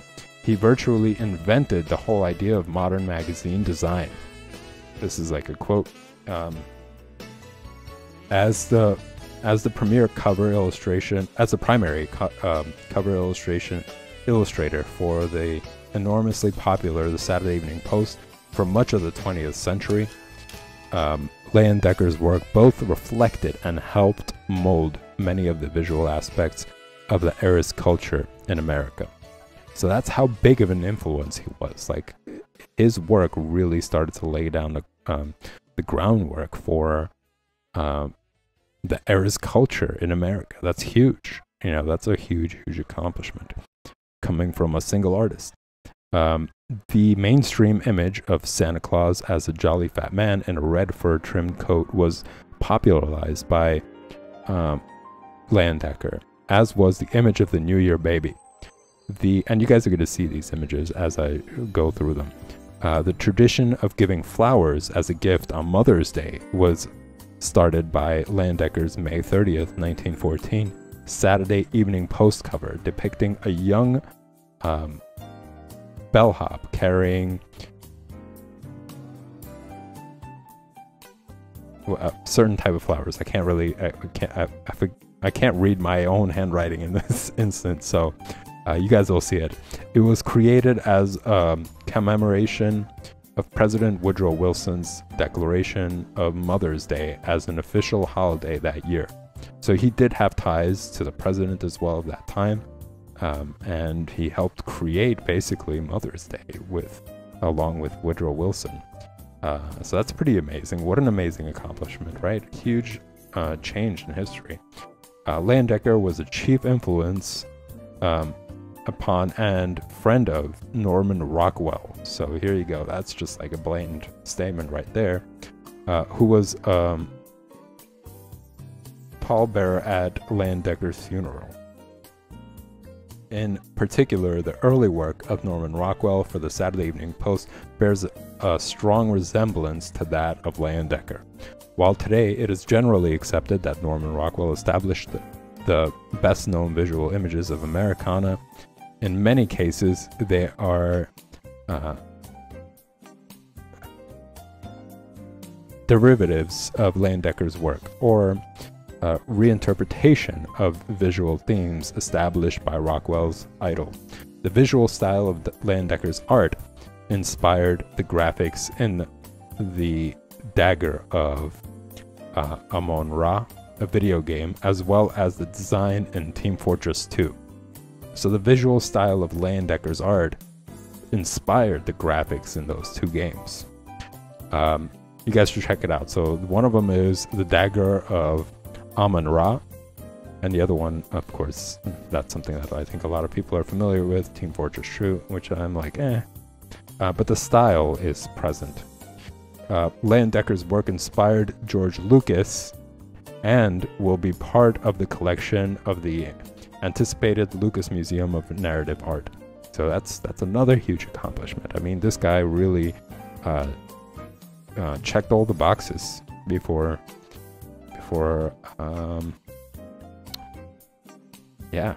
leaving. Leyendecker's Beat Up Boy football hero, which appears on the cover of the Saturday Evening Post on November 21st, 1914, sold for $4.12 million on May 7th, 2021. $4.12 million. And that's just a single painting. The previous world record for J.C. Leyendecker's was set in December 2020 when Southby sold his 1930 work, Carousel Ride, for $516,000. Alright, so that pretty much sums it up. I mean, you guys heard it. This guy influenced so much. His incredible work has really changed a lot in history and influenced a lot of history. And you guys will see why. I mean, his work is incredible. It's beautiful renditions. Let's just back up one. This, I'm going to say, is probably his earlier work, because as you guys will progress through as we move on through the slideshow, you'll see that he really does have a very specific style. There's something very, very unique about his work. But here I'm going to say it has a very realistic sort of rendition, more so than anything else you'll see going forward, I believe. But yet still, it kind of highlights the decadence of a certain period. Like, again, he's born in 1874, so in the 1800s, I'm going to say early 1900s were still sort of influenced by that era. So this is like, you know, high society. This is the rich people of the time, and he just kind of recorded that decadence of that era. And I think it's a really beautiful rendition of that.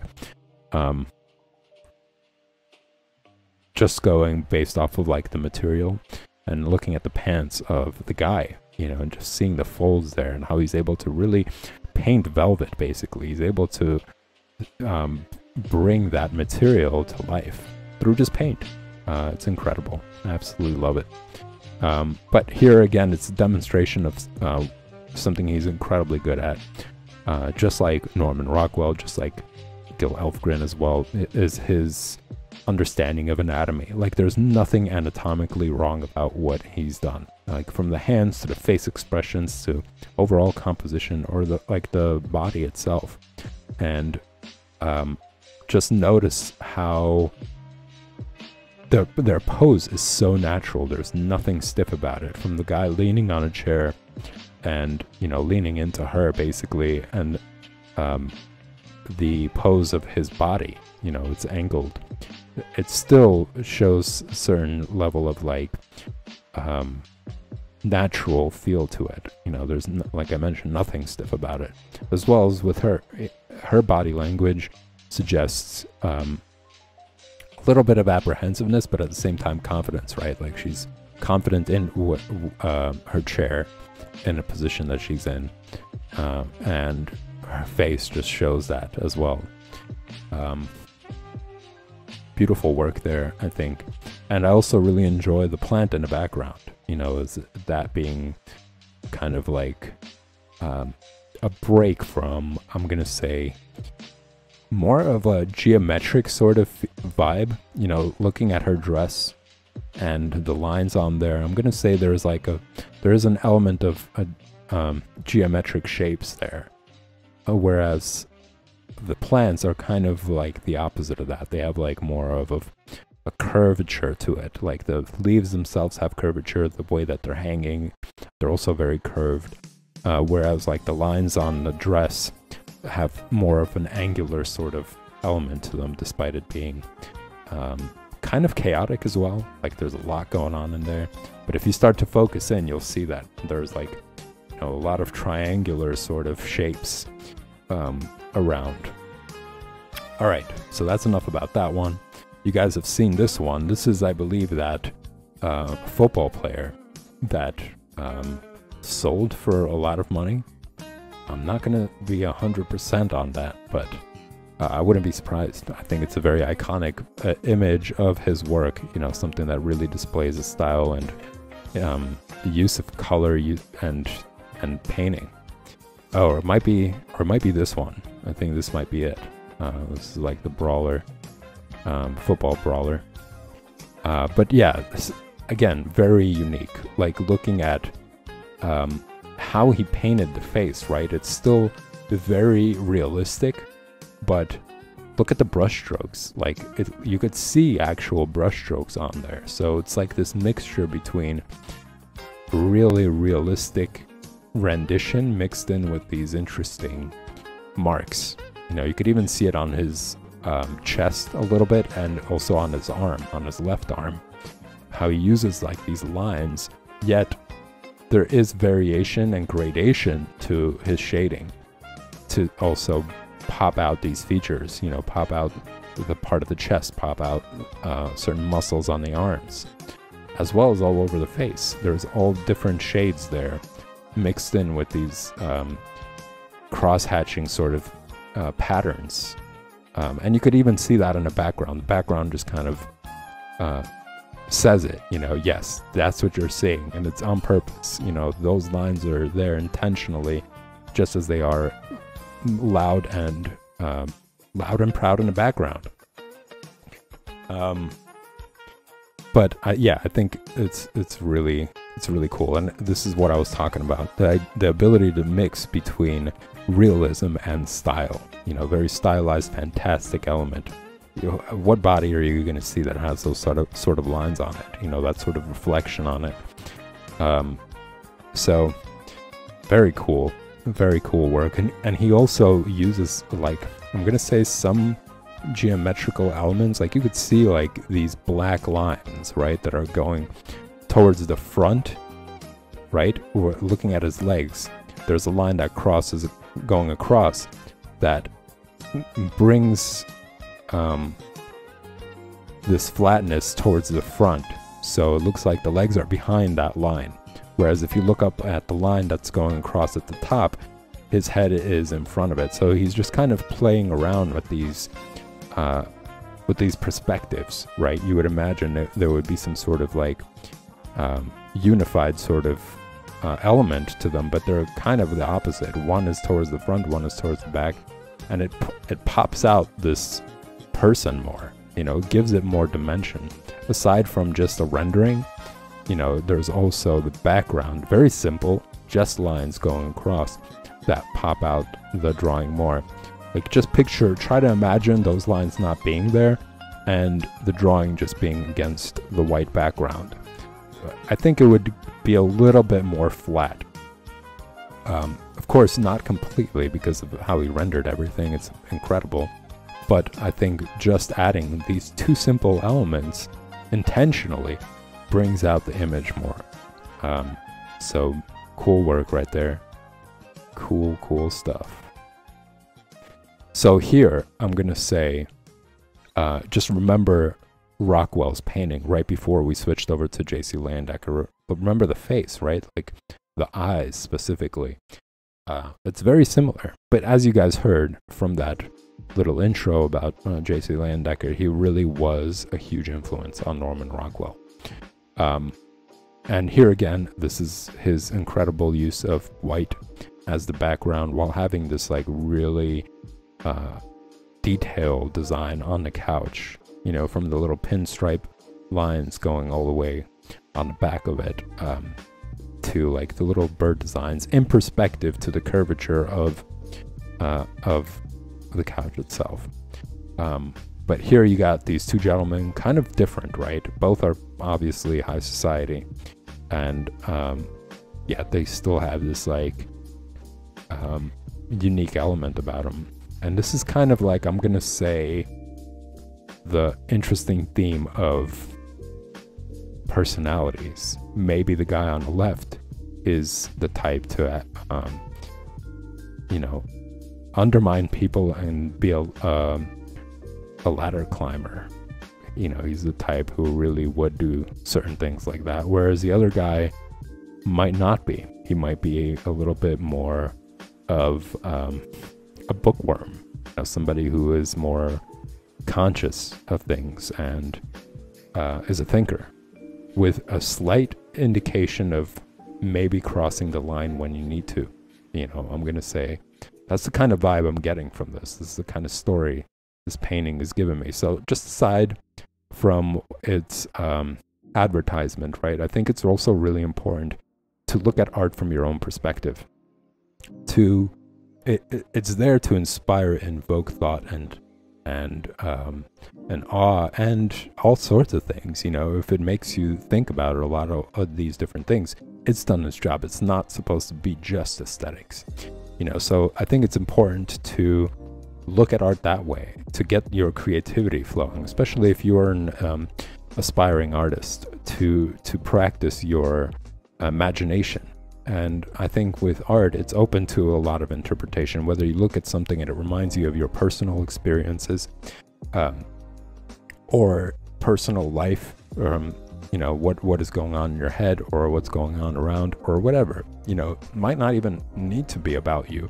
It could be just about life, you know, things that you notice that happen around, you know, the repeating themes in people and stories, you know, that they have in their lives, you know, or what's unraveling in their life, you know, or what's unraveling between these two characters.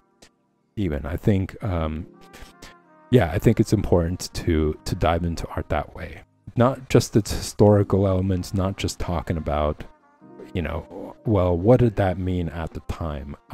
You know, what did the artist actually mean when he painted it? Like, I'm not saying that it's wrong, but it shouldn't be the only way. Me personally, I've gone to museums with some people, and the only thing that they were able to see is these like very factual sort of things, like it was in this time period and it sold for this much, and you know, it influenced so and so, but they didn't really dive into it in this like narratives kind of state, like, oh, this is cool, like maybe that's what the guy wearing black, all black means, you know, this connotation between light and dark, you know, literally night and day, and how one character can represent one and the other one could represent another. You know, one character is holding a book, which could indicate the idea of knowledge and the search of knowledge and truth and enjoying it, and the other one holding luxury, basically, from the cane in his hand to the gloves of like gold quality, right? Or it looks like golden material, and just even his face expression, it sends this like, you know, class warfare sort of attitude that's coming from his face, but yet they're sharing the couch, you know, they're sitting next to each other and whatever. So just getting into that moment, you know, getting into the scene in that sort of perspective in your own view, I think makes art more fun. You know, it shouldn't be just how much do you know factually about a painting. Get into it, you know, think about it creatively, come up with a story, come up with a theme, dig into it that way. I think it just makes it more fun. All right, so yeah, just talked about that. We talked about what this image could mean, and also just the style. You know, it's beautiful work, very characteristic faces, I think, very stylized faces as well. How far are we into this? Can I keep going? I think that I'm gonna go a little bit longer. There's probably a lot with Landecker as well. So I'm just gonna have to cut the stream and do another one next week. So you guys are gonna have more beautiful work. So expect this to go on for a while, because there's, I'm gonna say, 3 more artists to talk about, and each one of them brings something very cool and beautiful to the table. All right, so yeah, just going along with this one, I'm gonna say maybe this is his earlier work as well, because it's not as stylized. You know, just you know, looking at the previous paintings and ones that you will see going forward, they're not the same as this. But something to highlight, which is similar with Rockwell's work as well, is the unifying element to his paintings. Like, again, there's like blue and there's like some greens and gold there, but it's I'm gonna say it's like the brightest point, but it doesn't steal the attention. You know, the color of her jacket, what she's wearing, or vest, I'm not really sure, that brown is close in tone to the blue. You know, it's not too dull, and it's not incredibly bright or dark. It's right in between, enough to work well, meld into one another. To the color of her hair as well, draped on the material that she's wearing. Incredible. I'm going to say beautiful rendition of it. Also, how the hair is alive. You know, it's not drawing, like, it's drawing strands, but it's also drawing it in a way where they're melded into one another as well. Like, just paying attention to it. So there's this, I'm going to say there's this, like, softness to the work. You know, there's still detail, but there's like flow, right? It's alive. It's not incredibly detail oriented and over rendered and stiff. Like, her body language, her fingers, they all suggest this relaxed element, as well as, like, in the foreground you see this I don't know, incense burner, I guess. And just like the smoke that's coming from there adds to this like flowing element.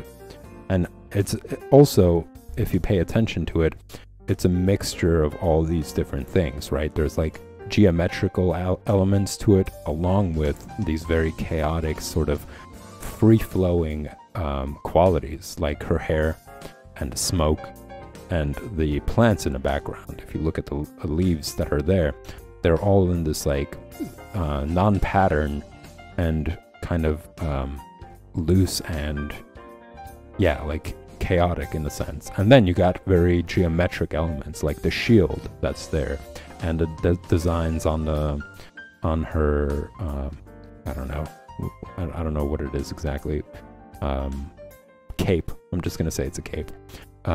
Yeah, like all those designerly shapes, these geometric shapes, to the designerly and like geometric shape of the incense burner. You know, it is also, they're also very like straight lines and very I'm gonna say organized, unified shapes. So it's mixing all these things together. The arrows that are in the back, right, the spears that she has, they're also like angled at a certain to a certain degree. All of it mixed into one thing. Geometric elements along with these like chaotic sort of qualities. So all of them combined together create this amazing painting. And something about it says to me season. Like she maybe represents a season. I'm gonna say fall, based on the leaves. I don't know. I don't know. I can't really think of any other idea to it, but I really like the face expression as well.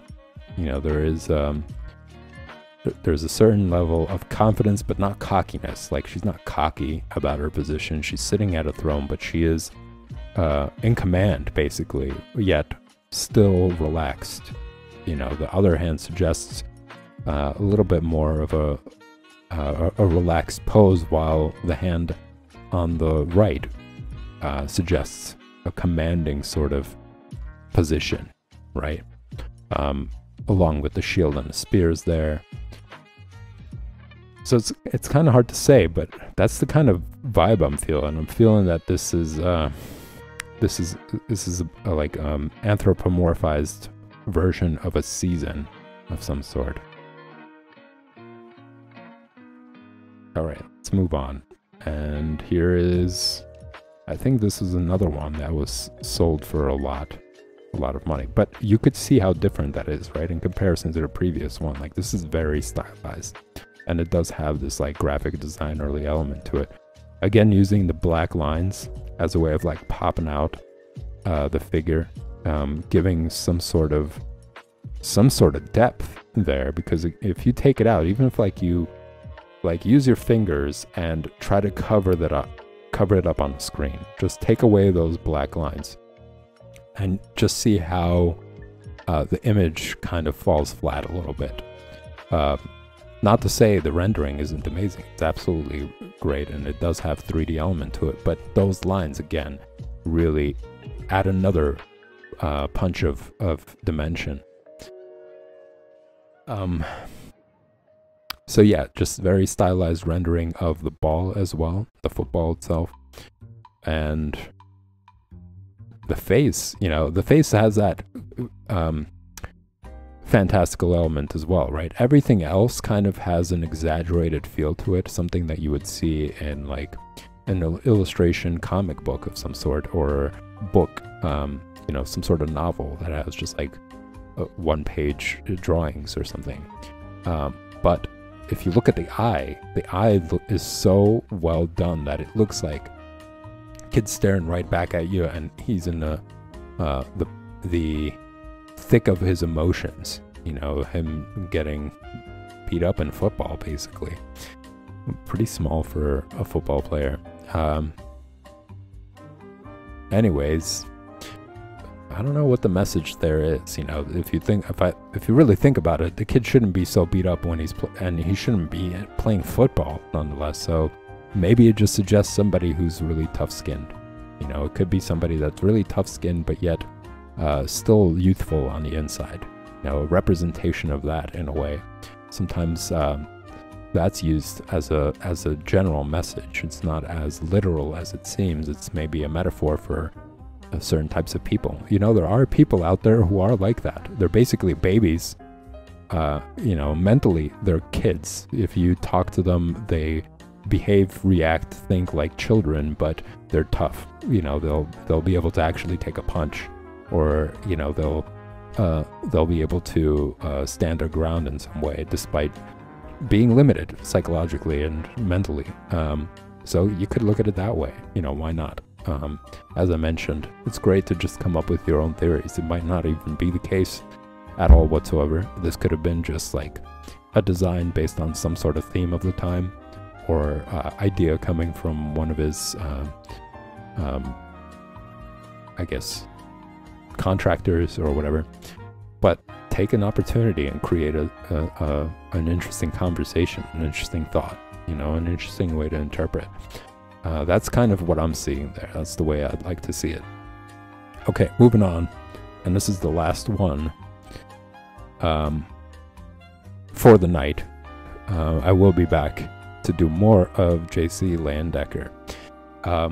But here is another example, and this is something in contrast to the very first painting, if you guys remember, where it was more towards 1800s, right? Where their makeup and wigs that they were wearing with those decadent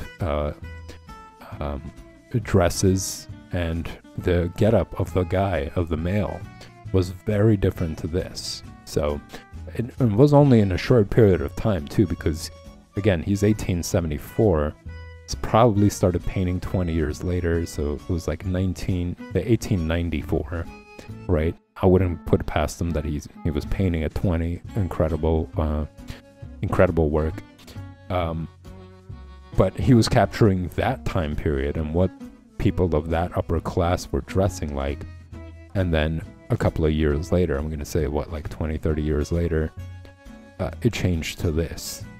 You know, so it's a huge contrast. Unlike what we have now, like if you compare, let's say, 2010 to 2020, is there really that much of a difference in style? Is there really any sort of like huge gap as you're seeing now? And I mean, as you're seeing in this slide, from what you saw of like the 1800s to, I'm going to say this is 1920s. So in a matter of 30 years, the style has really shifted. The wigs are gone. The makeup is gone. The man has different outfits. His pants are completely different. You know, they don't have that bunched up element that comes up to the knees. They're not wearing wigs anymore. They're embracing more of a natural look, yet having these like lavishing having this lavishing material. Like you could see the gown that she's wearing, it's also like a velvety sort of feel to it, or look to it rather, along with that I don't know, what is it, a shawl of some sort that she's wearing that's also suggesting rich. You know, who's gonna wear something like that going somewhere that's super white? It's gonna get dirty in no time. So these people are, you know, taking all sorts of shortcuts to get to their destinations. And you could even tell by the design of the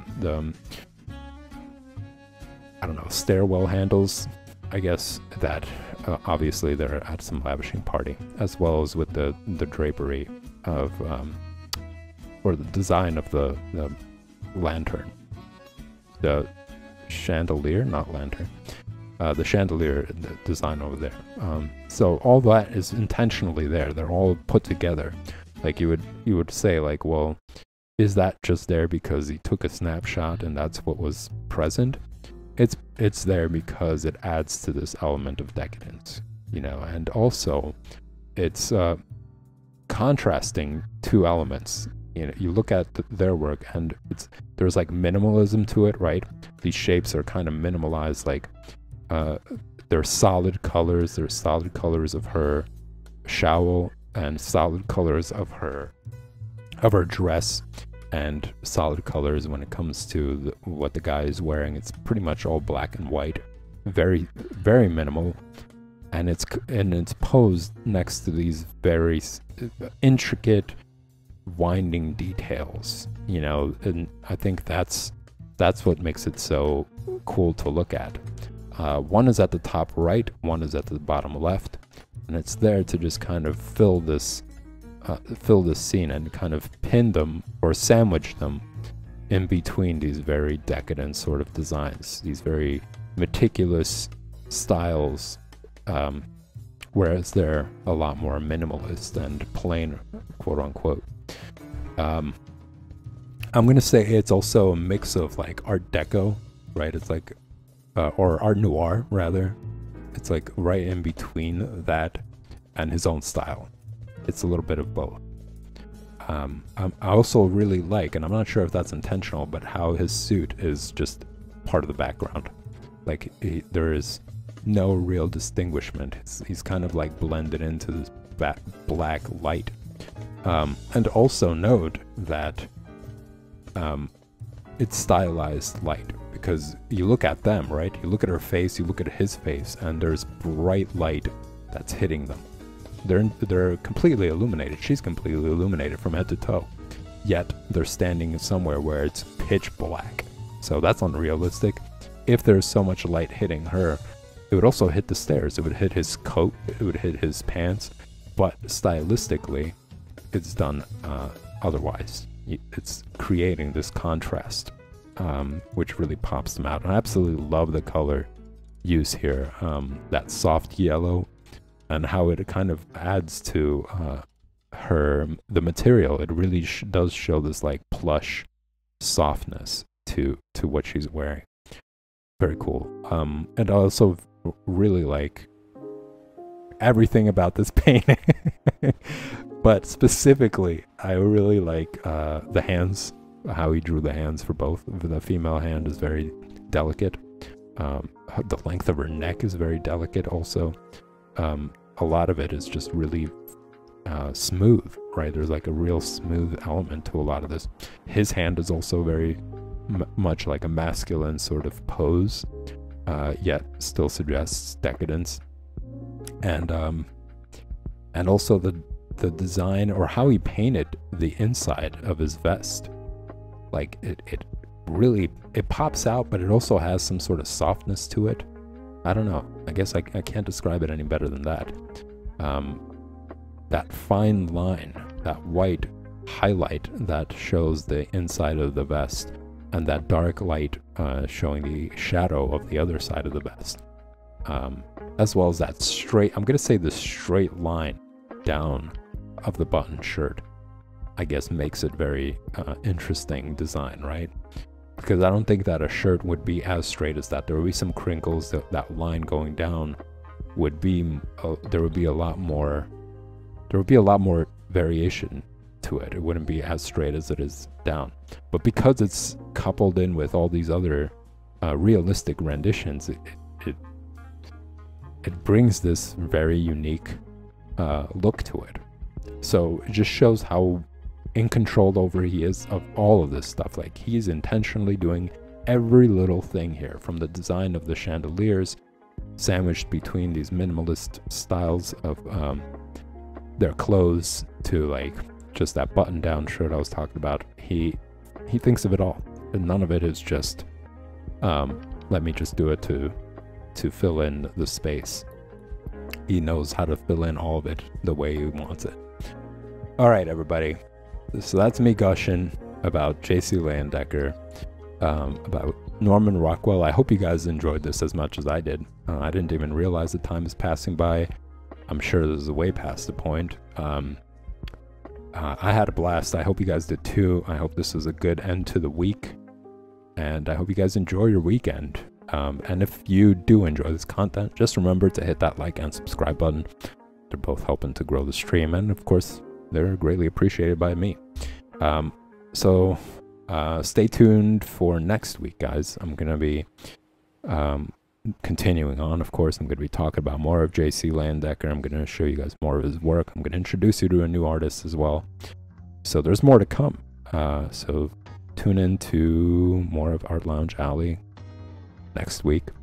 I'm also going to be doing some more special intros that aren't connected to this. So a lot more content to come your way.